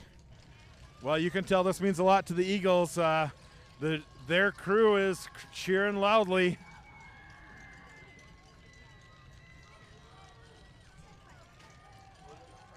Don't see the mascot out there anymore. He might have gotten too cold. And 4th and 14. They have to get at least 14 yards on this play. And he has all the time in the world at the moment. He's got a couple of blocks. He's going to run for it, but he's going to be taken down and pushed out of bounds once again. A nice defensive play there by the senior Jackson Johnson. And that'll be a turnover on downs, and North Border will get it. 1st and 15 from the, let's see, where are they going to spot it at? It looks like the 39-yard line. Well, you know, the Eagles can win this possession in 2 ways. One is getting a touchdown. The other is just taking a bunch of time off the clock. So we'll see what Coach Hartshey's going to try to do. Christy, you want to say hi? Thanks for watching, Christy. Certainly appreciate it. She's cheering on the Eagles. And there's a run up to midfield. It's a short gain of about 1, maybe 2, depending on where they spot it. 2nd down for sure. From the 39 to the just shy of the 39. So it's a gain of about 1.5. We'll be generous and give him 2. We'll call it 2nd down and 13. 2nd and a long 13 to be more exact. 3rd quarter of play, and the Eagles will fake the handoff pressure, and he had the jersey, and then the pass was intended there for Bjornstad, but it was incomplete, and Jackson, when he was passing that ball, a couple of Wildcats had his hands on his jersey, untucking it there. So 3rd down, and this is a big defensive play here for Center-Stanton with 1:28 to go in the 3rd quarter. Center-Stanton down 24 points. Not out of the game yet, but if they don't score soon, they could very well be out of the game soon, sooner than later. And if this is a touchdown pass, they could be out of the game now, but it'll be broken up. Nice coverage there by Darren Saylor alongside, looks like Jaden Hall and Darren Saylor were on the coverage there of the intended receiver for North Border. At this point, I would not be surprised, Mike, if Coach Hartshey decides to punt it. They're playing some good defense, and 30 yards could make a huge difference in the game for Center-Stanton. Might knock them out of being able to get a touchdown. Well, we'll see if they do decide to punt it. Aiden Stainbrook was the intended receiver on that last play there for the Eagles. Well, it's not a punt. It's not a punt. And Carson Brown will pass it, and that one is caught. I don't know how he caught that. That was an amazing catch. Oh, what an incredible play call by the Eagles. No one expected that. I was questioning why they were going to run the ball, and all of a sudden, Aiden Stainbrook comes up with that catch. He had like 2 red jerseys all over him like a blanket, and somehow he still made that catch. 1st down and goal for North Border.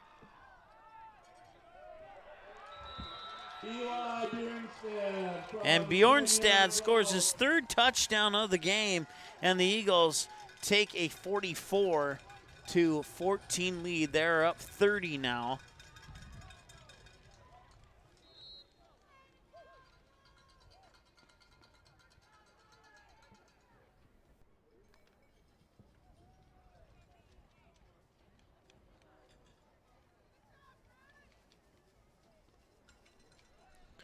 Point after attempt coming up here.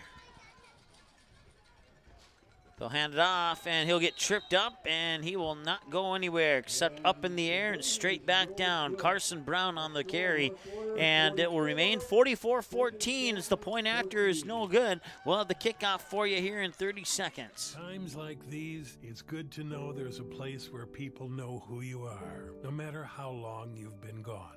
a place where the smells of home cooking are still in the air, where a simple wave warms your heart, and sharing stories is just a way of life. It's good to be home. Farmers Union Insurance, protecting what's important in life.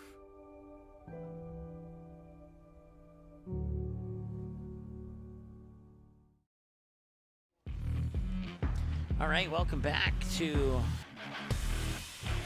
Dwayne Carlson Field, inside of Dwayne Carlson Stadium. There we go. That sounded pretty good, right?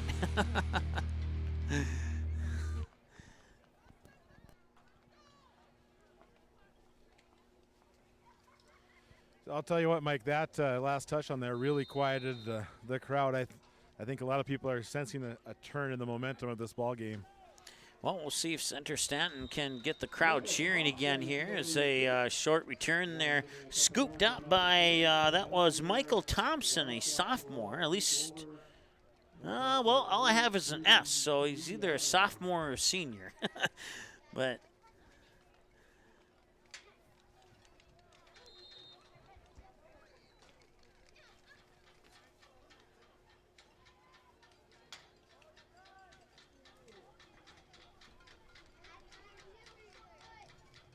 I want to say hi to Dustin. I don't think I've said hi to him yet. He's cheering on the Eagles tonight here, watching on Magnitude Sports. And looks like that'll be the end of the third quarter. So 3 quarters down and 1 to go here in the state championship game. And North Border is a quarter away from securing that state title. We'll see if they can do it. And when we come back after this, here on the Magnitude Sports Media Network, be right back. At Superior Grain Equipment, we're committed to quality and service, offering you the best in grain storage and dryers for any size operation. Our experts will work with you to determine the most efficient and economical storage solution for your needs. We help protect your bottom line and your future with the industry's best bins and warranties. Make the superior choice for protection today and tomorrow with Superior Grain Equipment.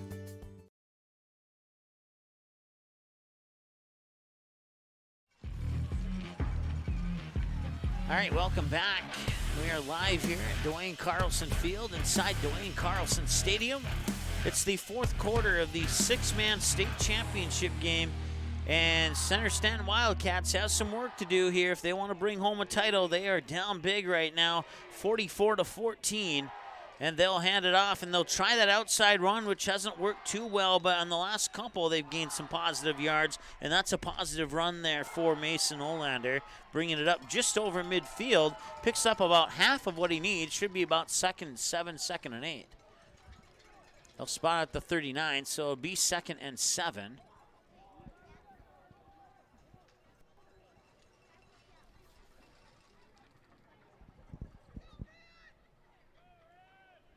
So Center-Stanton will break the huddle. 9:25, 9:24 and counting.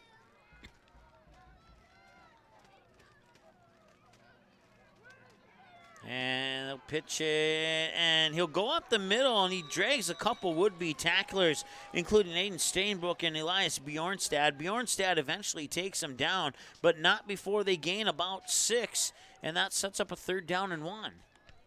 Olander, the ball carrier. Bjornstad and Stainbrook in on the stop. 3rd and short. 8:48 and counting.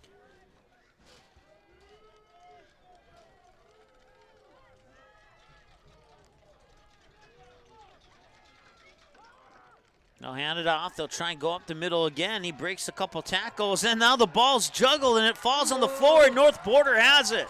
That's Jackson Johnson with the fumble recovery there. Huge play for the Eagles. They're going to take over. Well, if the wind has not been knocked out of the sails up until then, it was just now, as that will pretty much seal the deal here for the North Border Eagles. I mean, I say that maybe a little early with 8:29 to go, but crazier things have happened, but I just don't see Center-Stanton rebounding from that turnover there. And now North Border will try and up the middle thing. They only get a couple, maybe 3 with the push forward there. Carson Brown on the carry.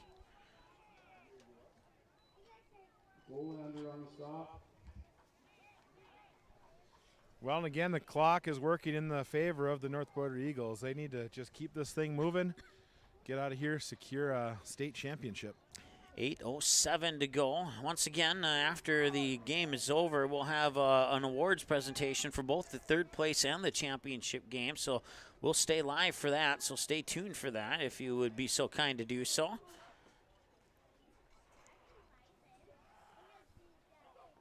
It is 2nd down and 14, nearly a bad snap, but North Border will make some positivity out of that. Get it up to just nearly midfield, and he's brought down there by, let's see if I can see who that is. That's Ethan Hammonds who brought him down. Well, and Bjornstad there has a presence of mind to still stay inbounds, make sure the clock is running. So the Eagles are playing smart here with about 7 minutes to go. So they'll put the ball pretty much on midfield, set up 2nd down and 5 from the Eagles side of the 40.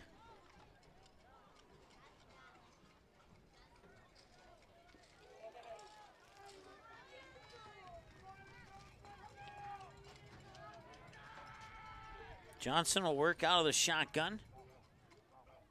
He'll take the snap, hand it off there immediately to Bjornstad, and he'll pick up maybe 2 yards possibly. And they'll bring up 4th down, and we'll call it 4th and a long 2. 4th and 2 for the Eagles.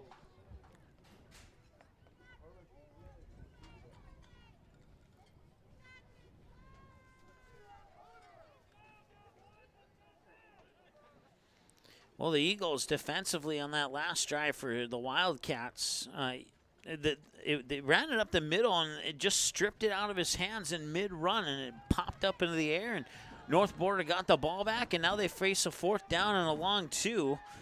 And they're looking for that little flea flickers. They're going back to Jackson. He makes the catch. He breaks loose. He's going to go into the end zone, and he'll score.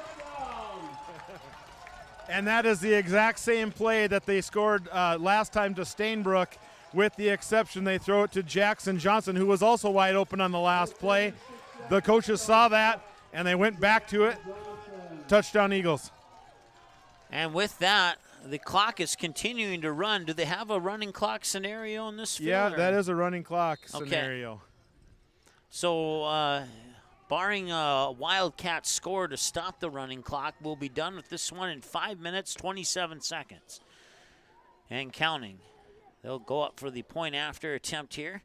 And diving forward, no. They're saying he's just short. All 3 officials, one from the back end, the 2 from the side, said no. But I don't think that's going to matter too much that they didn't get that point after attempt. They now lead 50-14 here on the Superior Grain Equipment scoreboard with 5:19 to go in the state championship game. We'll be back in just a moment here on Magnitude Sports. Today, it's more important than ever to put people first. That's always been our core value at Choice Bank, and now we're doubling down on that commitment. Choice is a locally owned bank that makes local decisions. Our customers are our neighbors, farmers, small business owners, and we stand by them in good times and challenging times. It's often said that people will forget what you said, but they'll never forget how you made them feel. With Choice Bank, you'll feel like we put you first, because we always have. Join our family at bankwithchoice.com.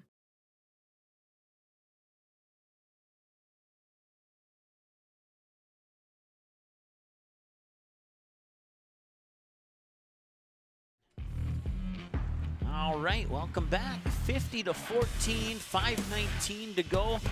And as soon as the kick is made, it will go back to running clock. And that one's fumbled, and who's on it? It looks like Center-Stanton has it. They're going to call it Center-Stanton ball. Nice job there by Darren Saylor to make sure that he got on top of it there. And 1st and 15 now as they'll spot the ball at the 32-yard line for the Center-Stanton Wildcats. Down 50-14 once again. Running clock is in effect as soon as they snap this ball here. Right now, the clock is stopped at 5:08. As soon as the snap starts, the clock will start, and then the clock will only stop on scoring, injuries, and any timeouts that may be taken. Otherwise, they'll continue to roll on any other scenario where the clock would stop. And they'll fire it downfield, and once again, just overthrowing that receiver by about a half a yard. And man, that's been a tough one for both Center-Stanton and Drake Animus today. You know, you just can't complete it. It takes the wind out of your sails. So you see some defeated faces there for Center-Stanton, just not able to connect on something.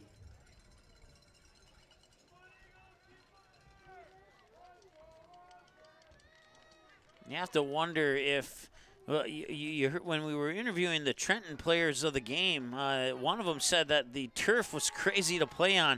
You have to wonder if maybe the turf plays a slight role in that or not.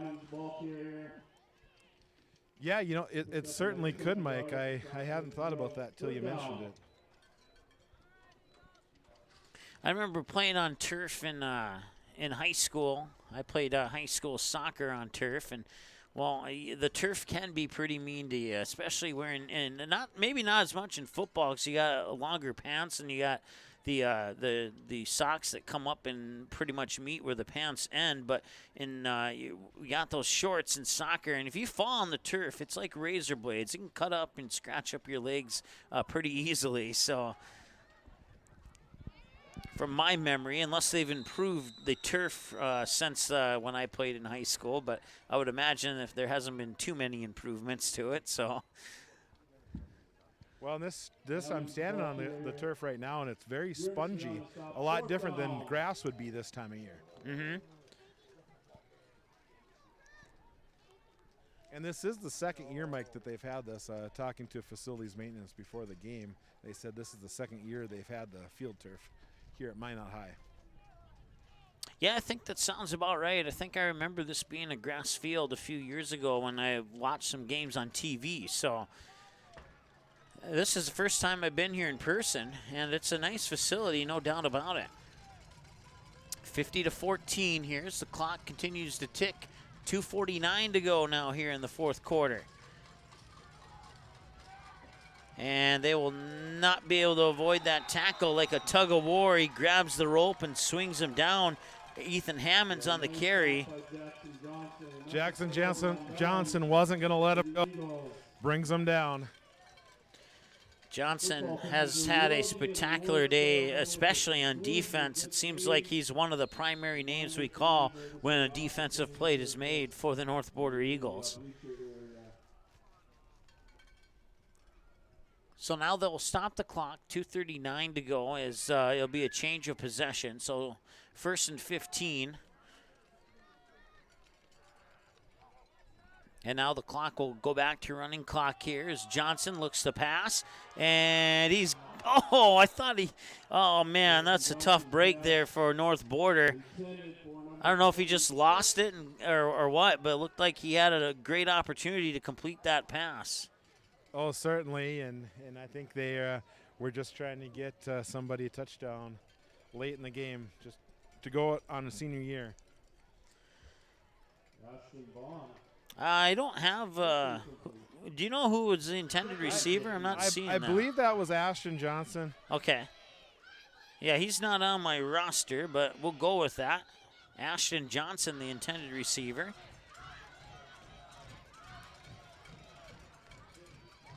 And the North Border Eagle fans chanting, "I believe that we can win," and I have a suspicion that their belief will be correct right now. Is 50-14 and 1:40 to go, just a little over 90 seconds left in the state championship game. Once again, coming up in our post-game show, we'll have the awards presentation here for the Wildcats and Eagles. They'll go through the all-conference team, a couple other awards too. Yeah, Mike, they'll select the all-state team after the all-conference team is announced, and then we'll have Coach of the Year and Senior Athlete of the Year. So all of that coming up live in the post-game show as soon as this one finishes up. 1:07 now, and timeout is called by North Border, so they'll stop the clock with a minute 4, and we'll take a timeout. We'll be back in a moment here on the Magnitude Sports Media Network. Times like these, it's good to know there's a place where people know who you are, no matter how long you've been gone. A place where the smells of home cooking are still in the air, where a simple wave warms your heart, and sharing stories is just a way of life. It's good to be home. Farmers Union Insurance, protecting what's important in life.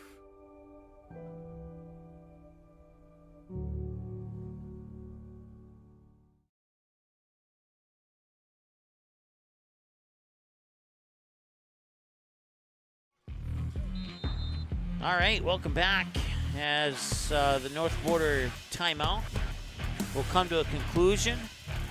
Looks like they'll have a few new faces on the field. Grant Cosley coming in, as is number 82. I don't have 82 on my roster. And they'll kneel down. Oh, maybe it was 86. I don't have 86 on my roster either, so I might be relying on you, Phil, for some of these names. So David O'Connor coming in. He's a freshman. And let's see, coming out is Luke Carpenter. Or no, now he'll come out and come back in. Yeah, we have Ethan Stegman here in.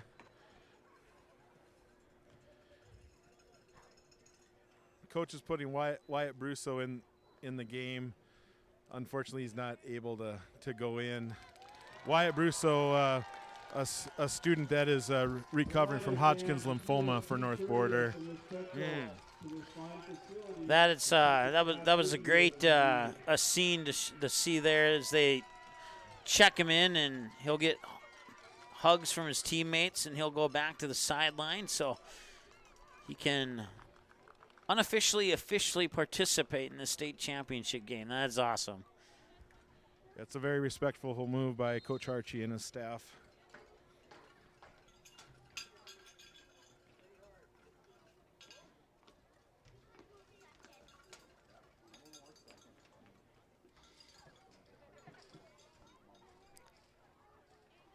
So, 20 seconds to go. One kneel down will do it.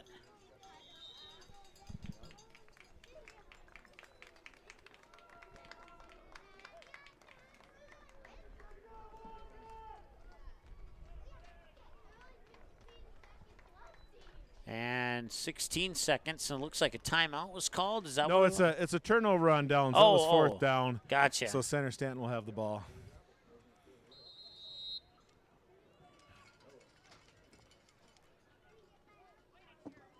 And a kneel down there, and Center-Stanton will gracefully bow out of this one. And, great job by the Eagles today as they are your 2021 North Dakota six-man football champions. Well, a hard-fought game by both squads there. There's only 5 teams in the state, or 6 teams in the state that get to end on a victory. North Border Eagles are going to be one of them. Congratulations to all the Eagles there. And also congratulations to the Wildcats for a great season. This game was very competitive, and I think both sides enjoyed it thoroughly. Yeah, Center-Stanton, just that one hump all season. The North Border Eagles, they defeated everybody else this season except for the Eagles, and they could not get over the hump here today as they would fall by the final score of 50-14. Well, we got some players of the game to select, and I think we're going to be talking to a few people here too. Looks like Phil might need a couple seconds, or no? Yeah, they're trying to say some goodbyes to Stanton, and I think we can get an interview. We'll see. All right. We might need a commercial break here. All right, well, we'll take one right now. We'll be back in 30 seconds here with some possible talks as your North Border Eagles are your 2021 North Dakota six-man football state champions. Congratulations. Final score, once again, 50-14. We'll take a timeout and be back in just a moment.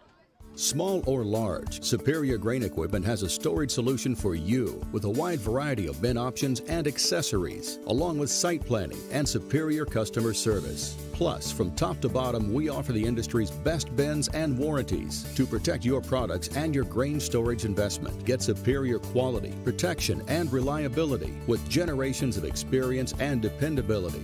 Make the superior choice today with Superior Grain Equipment. There's no question that yield is at the core of everything we do at Stein. It's why we are here today, and it's what will continue to propel us and our growers into the future of agriculture. Stein Enlist E3 soybeans provide a significant dollar per acre yield benefit, plus access to the best weed control in the industry. That is yield plus results. Yield expected, yield delivered. Stein Enlist E3 soybeans have yield.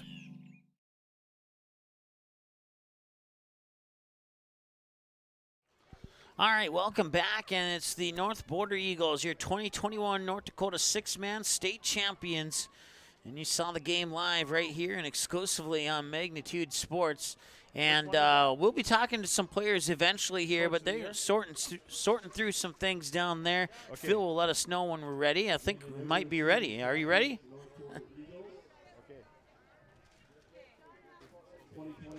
All right, we'll send it down to Phil as he's with somebody, and at least I think. Actually, Mike, they just announced the six-man coach of the year is going to be Randy St. Pierre from the Trenton Tigers. We saw them win the third-place game. As we mentioned on that broadcast, Trenton Tigers. Randy, come over here for an interview. Coach, hey, congratulations. You're on Magnitude. Let's look up at that window there so everybody can see you. Congratulations on being named Coach of the Year for six-man. Again, not everybody heard our earlier broadcast, but this team went from winning 0 games for the last 5 years to this year winning 6 and capturing third place. Let's talk about what that means to you and your team. I guess, that means a lot to me. It means a lot to our community, a lot to these kids. And, credit the kids, my assistant coaches. They did an excellent job. Throughout the year, the kids stuck with the program. There's times where we had our ups and downs, but they did an excellent job and worked hard. And, the credit goes to the kids. They work hard. They listened to what we had to say, and we had a good season this year. And hopefully we get some more kids to buy into our program and continue forward. Well, congratulations on the honor, and Trenton Tigers will be back next year for sure. They're going to be a premier team in six-man football. Congratulations, Coach. Thank you very much. I appreciate that.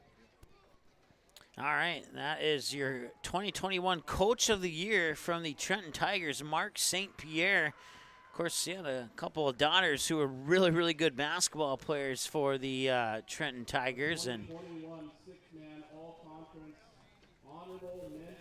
the all-conference team is being announced right now. They are announcing the honorable mention there, just so you know, Mike, when you do that.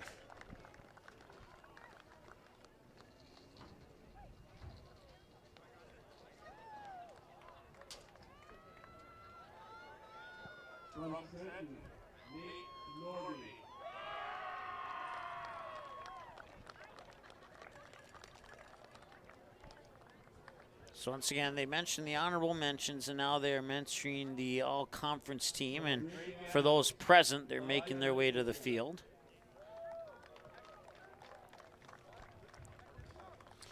Yeah, some of these guys are coming from the sidelines or the stands, so they weren't participating in this game. So it'll be a little bit for all of them to get there. And then they will eventually select the all-state team from the number of people that are here on the field. We'll be nice and not keep Tyson Fricky on the camera solo until some of those other people show up. And there's one of them coming onto the field now. Aiden Stainbrook from the North Border Eagles selected to the team.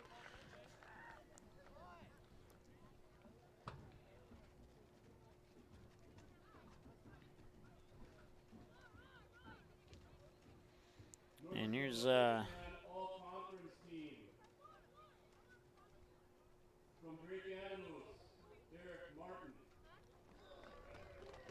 Eric Martin just announced from Drake Animus, a well-deserved honor for him. Well, the junior Eric Barton had a great season. Of course, we saw him play well in the third and fourth place game.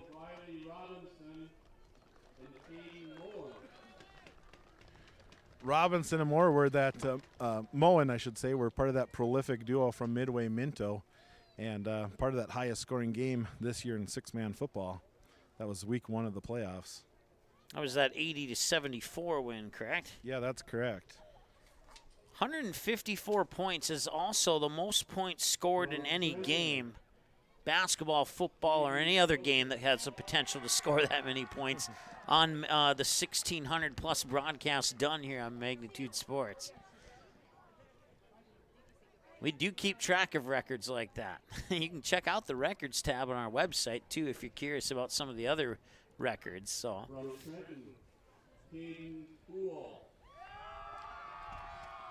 Well, now the Trenton team is getting some of theirs. Of course, we'll have the players of the game, I'm guessing, will be making an all-conference appearance. From Trenton, Weston Eno. Weston Eno, named from Trenton as a all-conference team member.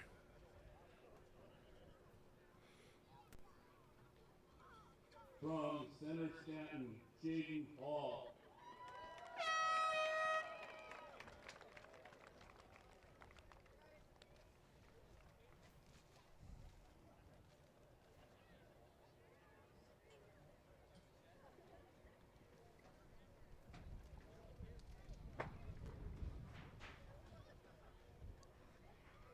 From Center-Stanton, Lane Huber.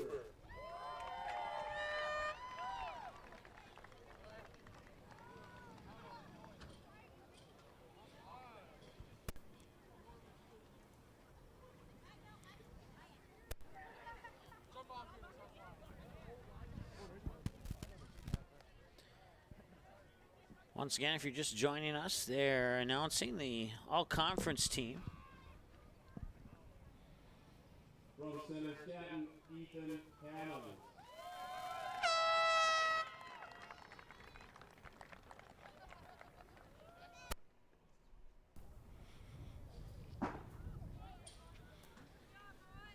So that's Ethan Hammonds, who is most recently recognized.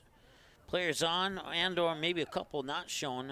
Jackson Johnson, Elias Bjornstad, TJ Cosley, Carson Brown, Kyler Moore, Aiden Stainbrook was an honorable mention.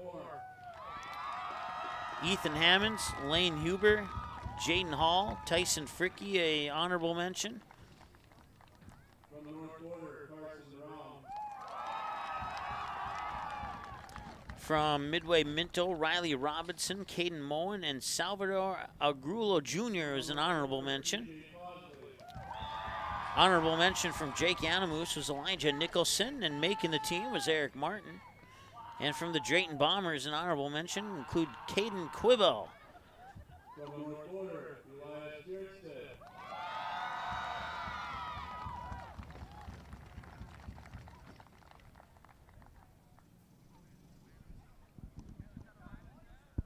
And from the North Quarter, Jackson Johnson.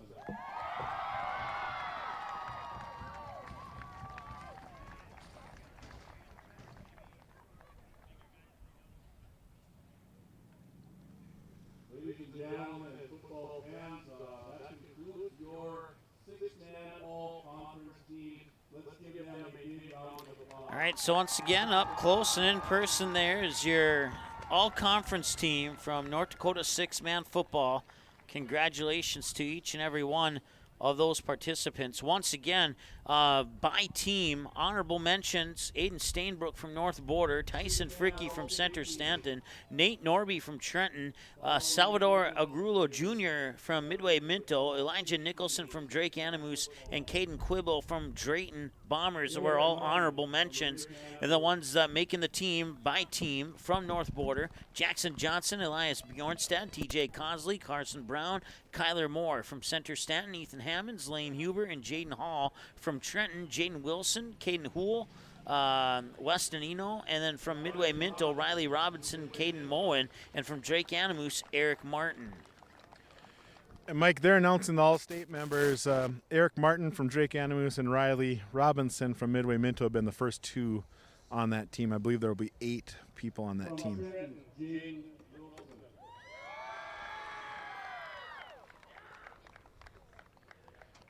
Jaden Wilson is the third member of that team from Trenton.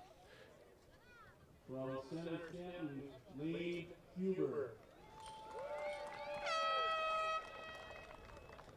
Lane Huber, the lineman for the Wildcats, is going to make that team.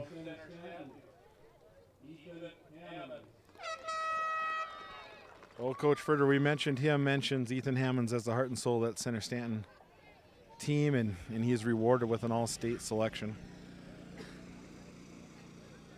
From North Border, TJ Cosley not able to finish the game for the championship, but he is going to be awarded a state. He'll be an all-state selection for the Eagles.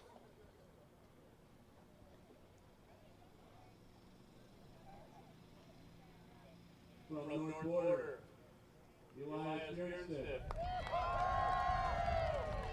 Eli Bjornstead is going to make that team. He had a spectacular championship game.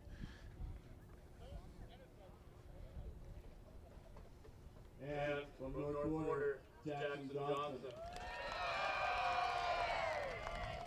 And Jackson Johnson, of course, one of the leaders of the big leaders of the Eagles, will be an all-state member. That's the second year in a row Johnson has been awarded with the all-state selection.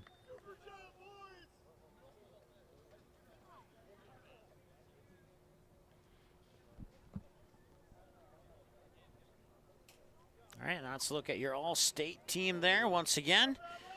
Eric Martin from Drake Animus, Riley Robinson from Midway Minto, Jaden Wilson from Trenton, Lane Huber from Center-Stanton, Ethan Hammond from Center-Stanton, TJ Cosley from North Border, Elias Bjornstad from North Border, and Jackson Johnson from North Border is your all-state team here in the 2021 year of North Dakota six-man football. And now the Senior Athlete of the Year is about to be announced. Jackson Johnson from North Border. And Jackson Johnson is your 2021 Senior Athlete of the Year. Congratulations to Jackson Johnson, a well-deserved honor. He'll be accepting the award from Brian Wolf, Superintendent at North Border. I know that's a special moment for both of them.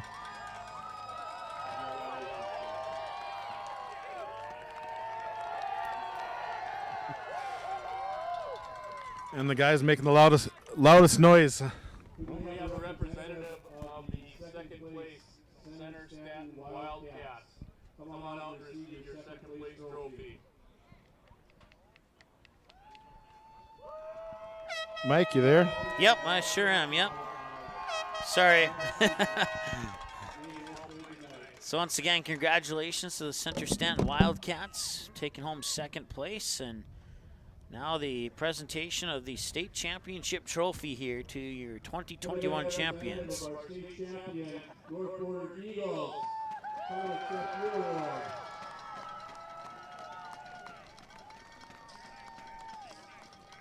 That's the champion of six-man football for this year, ladies and gentlemen. Congratulations, Eagles. Congratulations, both teams, on a game well played and a season well done. All right, well, it was a fun game, and Phil, we still got a player of the game to select and maybe a couple other chit-chats too.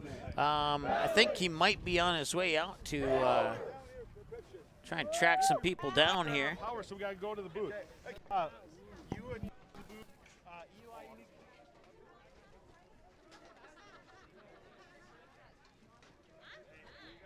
So Phil will be ready here in just a moment to interview our player of the game, and that player of the game is going to be Elias Bjornstad, I believe. We might be talking to Jackson Johnson too, who picked up the Senior Athlete of Award a year, and we'll see who else he might be able to have a quick conversation with. We'll take a short timeout. We'll be back in 30 seconds here on the Magnitude Sports Media Network. Times like these, it's good to know there's a place where people know who you are, no matter how long you've been gone.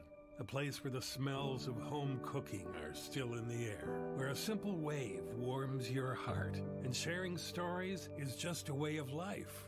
It's good to be home. Farmers Union Insurance, protecting what's important in life.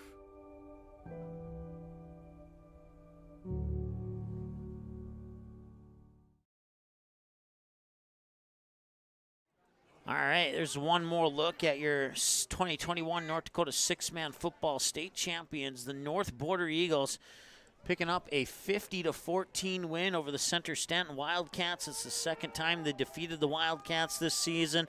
Last time was 21 days ago when they would defeat them 64-19. Defense for the Wildcats would hold up just a little bit more in this game than it did in that game 3 weeks ago. But that will... see if we can get, there we go. Now we got some light in the booth here, and now I can see my papers and my notes and all that good stuff. So once again, Jackson Johnson getting the Senior Athlete of the Year award for North Border, and the all-conference and all-state teams were announced as well. And I'm not sure if we're going to have those conversations like we thought we would, but what we'll do is we'll take one more timeout. We'll come back and recap everything, and then we'll get you set for our next broadcast, and we'll be back here momentarily here on the Magnitude Sports Media Network. Now batting, number 5. Nice seats. $50 though. Hey, this dude got his seat for only $20 on Game Time.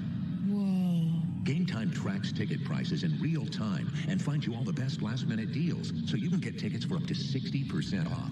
60% off? Mystical ballpark voice? Yeah. That guy freaks me out.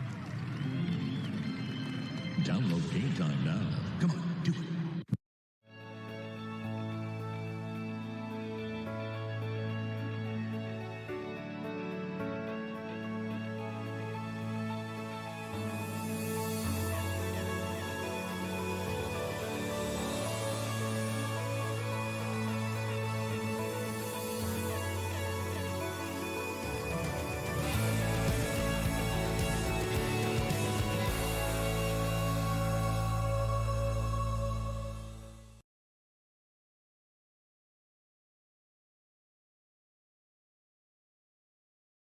Times like these, it's good to know there's a place where people know who you are, no matter how long you've been gone.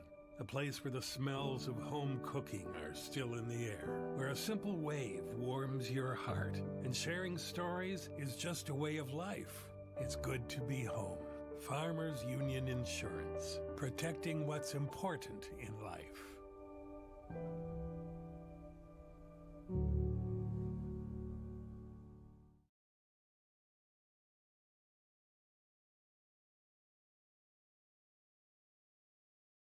When grain flow becomes blocked in your bin, it can cause costly delays, safety concerns, and expensive equipment repairs. Superior Grain Equipment's premium unloading system, featuring their patented blockbuster auger, keeps you and your equipment running safely and efficiently by breaking up blockages near the center sump gate to allow for continuous grain flow. Operated from outside the bin, the blockbuster can be engaged independently from the sweep, eliminating the need to enter the bin to clear blockages. Superior products for superior bins. Only available from Superior Grain Equipment.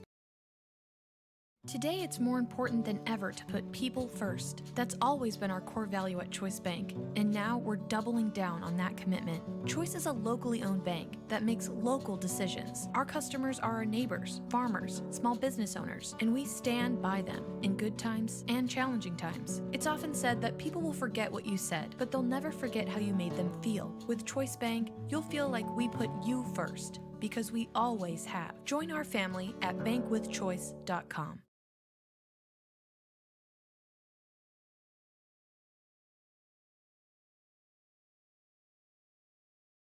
There's no question that yield is at the core of everything we do at Stein. It's why we are here today, and it's what will continue to propel us and our growers into the future of agriculture. Stein Enlist E3 soybeans provide a significant dollar per acre yield benefit, plus access to the best weed control in the industry. That is yield plus results. Yield expected, yield delivered. Stein Enlist E3 soybeans have yield.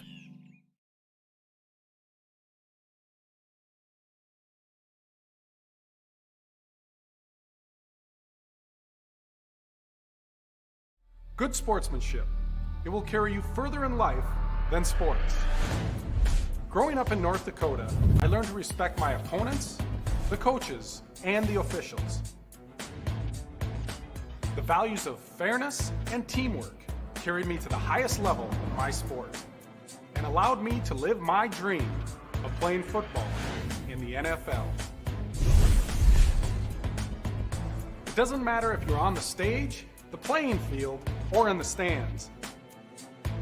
We are all better when we show respect for others and practice good sportsmanship. Carry yourself with dignity. Being gracious makes the losses easier and the victories that much sweeter. So when the lights on the playing field, the stage, or the gym floor dim, you'll always have pride in yourself.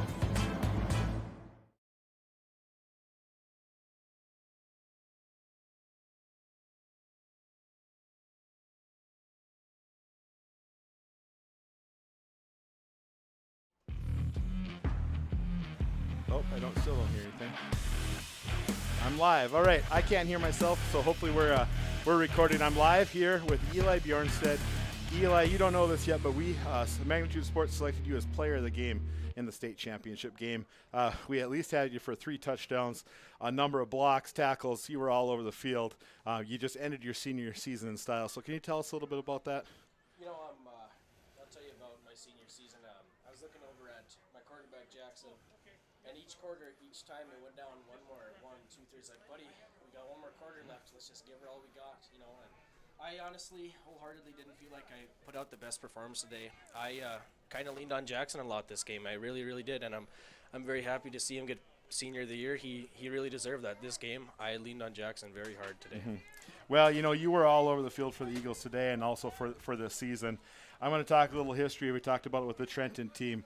You were a starter on the team 4 years ago that didn't win a game, right? The next year you built on that, I think 4 or 5 wins. Last year getting a win in the playoffs and advancing to the Final 8. Now this year winning a state championship. The evolution of North Border football really can kind of come down to this senior class and what it's been doing recently. So hats off to you guys. And can you talk about what that means from a career perspective for you, not just this year, but just knowing that you came all the way from not winning a game to now winning a state championship?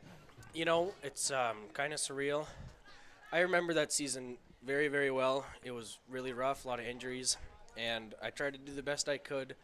Fast forward to my sophomore year, we came in with a better attitude, and when we got our first win, I remember Coach Archie was just very, very happy. We all were to finally get a win and get back on track.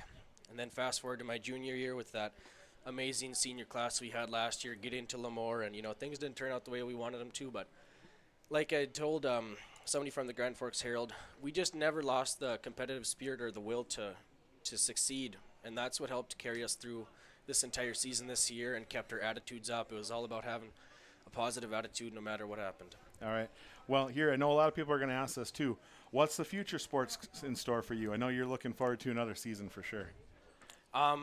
Wrestling season is coming up. Yep. Super excited for wrestling season. I was very skeptical all year round, honestly, with my knees. Just anything wrong to take away from what I've tried to work for all summer long. So yeah, wrestling season is going to be very exciting. With my defensive coordinator, he's joining us this year, and yeah, it's going to be a great year, I think. Yep. Yeah. I know you're excited about it. I know a lot of basketball fans and then wrestling fans are all excited about what's going on in Grizzly Nation and then Eagle Nation. Eli, it's been a pleasure to cover you in football. Watch so many, I watched so many of those games starting from freshman all the way up here. Just my honor to witness what you've done and the example that you are to many people in North Border community. So thank you for that and setting a good positive example for everyone. Thank you. I appreciate that, Mr. Leitner. Okay, thank you. All right, Coach Harchie will be joining us too, and we're going to try to get Jackson Johnson to come up here. North Dakota, he's here. All right. Jackson We'll give Johnson. you the headset. Jackson Johnson, he's just been awarded the North Dakota six-man player of the year. Jackson, we talked about you being an all-state member of the 9-man team, first team all-state last year. Now you're the six-man player of the year. Can you talk about what that honor means to you? It means a lot, honestly, from not looking forward to this season. We were, but we weren't too excited about six-man, but we knew nothing was going to change. We had to get things done, and we did just that, and it's amazing that I ended up winning this award. Yep. And I know you'd credit your teammates as well, and that's what Eli said. You know, we awarded him with the player of the game, the Magnitude Sports player of the game, and he really said you played, probably better than him today. Of course, he's going to win that award, and you win this six-man player of the year award, which is a great honor. Now, can you talk about, have you decided anything as far as your future playing career as far as football is concerned? You still thinking that you'd like to do that at the next level somewhere? Yeah, I am looking to play at the next level. Mm-hmm. I think it'll be a good opportunity for me to really make a name for myself.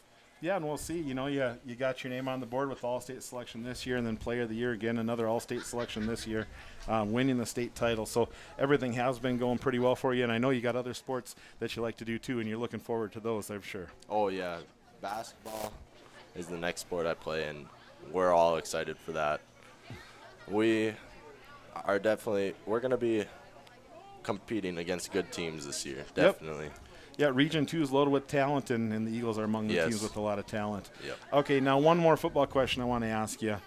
You were starter on the team 4 years ago when you were a freshman that didn't win a game. Yep. The following year, you narrowly missed out in the playoffs. The next year, you got a playoff victory.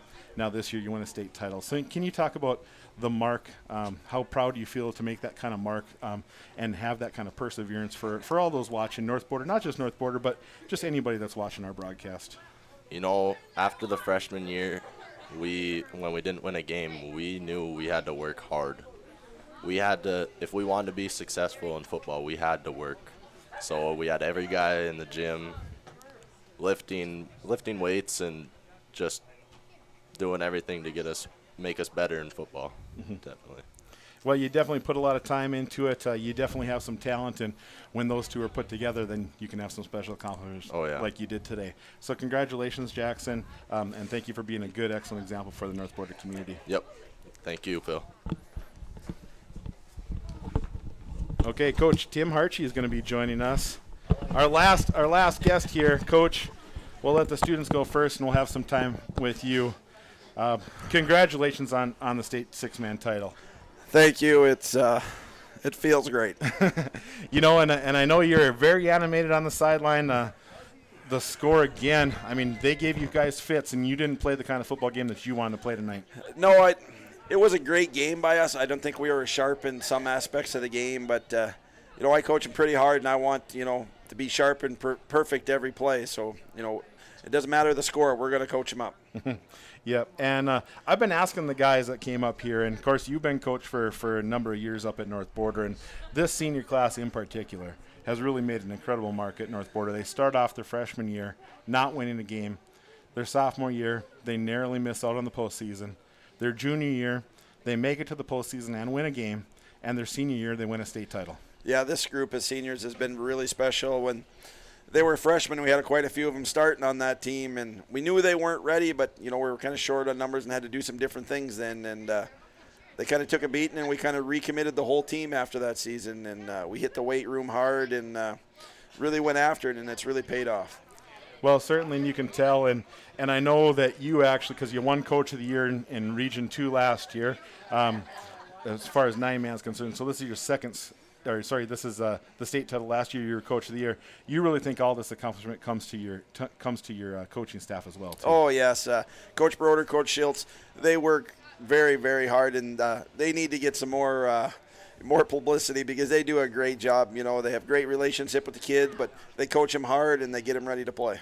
Okay, now another question. Coach Schiltz normally does the slide at the end of the game, but did he get to do one today with all the commotion going on after the game? No, unfortunately, we didn't get to do the Schiltz slide after the game today. So Eagle fans will try to get one week one next year, of course. And Coach, congratulations on your season. I know you want to give it a shout out to your grandchildren, so let's. We got the grandkids here today. Mila's not here, but Kelvin's here and Reese is here, so it's great to have them around. And we thank Phil, Grady, and Mike at Magnitude Sports. Really, how you're bringing the six man into light here, and you do such a great job in all the things you do here. So we really appreciate you guys. Okay, all right, thanks. Congratulations, Coach, and make sure you hit the hot tub tonight or something. Thanks a lot. All right, well, let's bring Mike here to just kind of wrap this up, Mike. We just had fantastic. I'll just turn it over to you. All right. Well, I mean, let me. Sounds like I'm a little loud here, so I'll notch this down a little bit there. I did a nice job staying out of the camera, didn't I? Yeah, you sure See, did. I'm a professional after all, I guess. So, but no, this is very fun. I look out at the big M in the corner there, and just the lights, the background, the lights from the stadium shining on it. It's a nice blend. It really has a magical look, for lack of better wording there. But this was a great facility. It's the first time I visited this place in person. And have you been here before, Phil? No, this is the first time. I had to do the GPS to get up here. Yeah, me too. Matter of fact, I think I asked you for the address, so I couldn't find it. But, a couple of great games up here in Miami. We had another great game back in Kindred, too. All three of our games today here on Magnitude Sports have been great games. And I know you're maybe a little bit partial towards the North Border Eagles, so let me ask you, what does this state title mean to you? Well, hey, it's just excellent. I guess to me, myself, it doesn't necessarily mean anything, but to me, knowing that I support these kids and this coaching staff, as their principal, it just means so much to get these people rewarded for their hard work. And they really did work. They do lots of great off-season work, whether it's playing whatever sport they're doing. They're great at everything that they do. We got kids that can win the state wrestling title this year. The basketball team's got a shot at going a long ways in the postseason. Yep. I mean, there's just been incredible success there, and it's all come down to just really good kids working very hard. Yeah, and just the couple that you talked to up here, they just seem to have a really positive character to them, just like positive vibes all the way, and they just seem like good kids, even though I've only known them for about 2 hours. So yeah, they're very good kids. They set a good example, Jackson and Eli. And it's unfortunate we only get to bring 2 of them up here because there's a lot of them. And aside from that, I know there's lots of great kids all over the state of North Dakota as well. So it's just fun to be a part of the high school experience. That's why I do my job. It's fun to see kids competing and trying to do their best. It's just awesome. I have the best job in the world, being able to be at events like this and cover this kind of stuff. And my day job and everything about it is just going spectacular. Well, sometimes when you put on this headset, it seems like every worry in the world goes away. So, but another shout out to the Center-Stanton Wildcats too. Fell a little bit short today, and I'm sure there's some disappointment in that. But still, I mean, you go 5-2, and then next year, I think the Wildcats, you might have a target on your back or the Eagles, not you personally, but the Eagles have a target on their back. Yeah. The Wildcats be coming after them. And the Wildcats, they're the premier the team, I think, going forward. North Dakota or the Eagles are going to go back to nine man. 9-man, yeah, and I think I knew that. I forgot to tell you that. Yeah, no. But when you said you're playing Cavalier, I figured it out. So. Yep, and but Center-Stanton, this is the 3rd straight year they've been to this title game. Just unfortunately haven't been able to put one there, but just they have incredible kids, and Coach Furter, he's really proud of them, and he talks them up too about the great things they do outside of school and football practice and everything. So he's running a great program over there. I certainly expect him to make another deep run in the 6-man playoffs. And I think a couple teams to watch next year, Drake, Animus, and Trenton. I think between the 2 teams combined, they're graduating 3 seniors. They're bringing back a lot of freshmen and sophomores. They'll have a handful of juniors will be seniors, so they'll bring back a lot of experience. I think those 2 in Center-Stanton might be the top 3 teams next year. How they rank 1 through 3, I won't predict, but that'll be my general prediction, is that those 3. 2 of those 3 might play in this game next year. Would you agree? Well, yeah, certainly. You can tell the athletes that we put on the field today for the 4 teams that were here. And, man, there are just some spectacular athletes. So, and they excel at not just football, but all kinds of sports, as you've been hearing about. So, I certainly expect all of them to be back, make deep runs in the postseason. It'll be a very entertaining 6-man season and playoffs next year. And another team that I think is an honorable mention is the Midway Minto Mustangs. Didn't make it to to today's game's third or championship, but they were right on the outer edge of that scope. Would you agree? Yeah. Well, of course, they got upset in the first round of the playoffs by Drake Animus, and had not been for one's little foot on the sideline, they probably could have won that game. So with about 13 seconds to go, they just stepped out of bounds, and oh man, that's as close as it is. Yeah. In high school sports, and that's one of the reasons why there's so many fans out here. Because you just never know what's going to happen. And it's just great. We done a couple games in Center. You were there for one. I was there for one. We did one in Drake Animus, and the fans were great, but they were extremely great here today. I mean, I panned the camera from left to right on the stands, and I didn't find an empty seat. I don't know what you saw from the sideline looking up, but no, it was the best football game attendance I've ever seen. So and lots of people came out to support this. I wonder how many people just came up to just watch the game. Yeah, it didn't have any association with the team. I guess we probably won't know that, but the fans did get a great afternoon of football. The next person who sneaks in behind us, we're going to pull him in for an interview. Well, hey, tell you what, we're going to take a timeout, and then we'll come back and we'll wrap up our post-game show, wrap up our broadcast, and set you up for our next broadcast. And maybe we'll give away a secret or two about what may be in the future for North Border here when we return after this here on the Magnitude Sports Media Network. Be right back.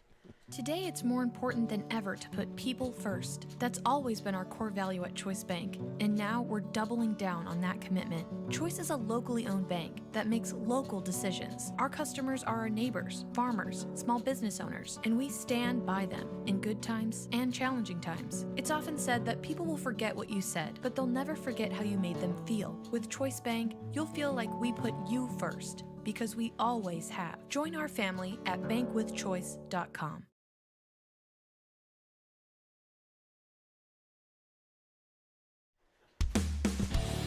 All right, 50-14, your final in the six-man state championship game as we get a beautiful look at the lightscape of Minot, North Dakota, right behind the big M there. It looks nice, doesn't it?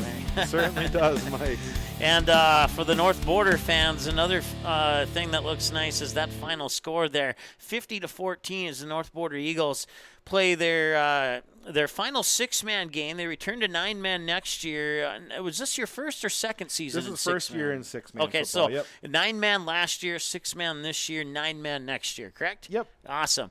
Coming up this winter, I believe we might have a few North Border Eagles basketball games on there. Do you hear any rumors on that? Yeah, we're going to try to cover as many as we can, and the boosters are very active in supporting that kind of thing, so I think you'll be able to have a nice Magnitude Sports and Boosters partnership to be able to provide a lot of those games. And, certainly looking forward to I'm that. hoping to be able to be a part of the broadcast in some way on those. Of course, my day job prevents me from really totally taking a huge part in that, but I think I should be able to still do a few of them, so that should be fun. Maybe a couple on the road, or maybe we'll send you into the stands and do a fan chat or something like that.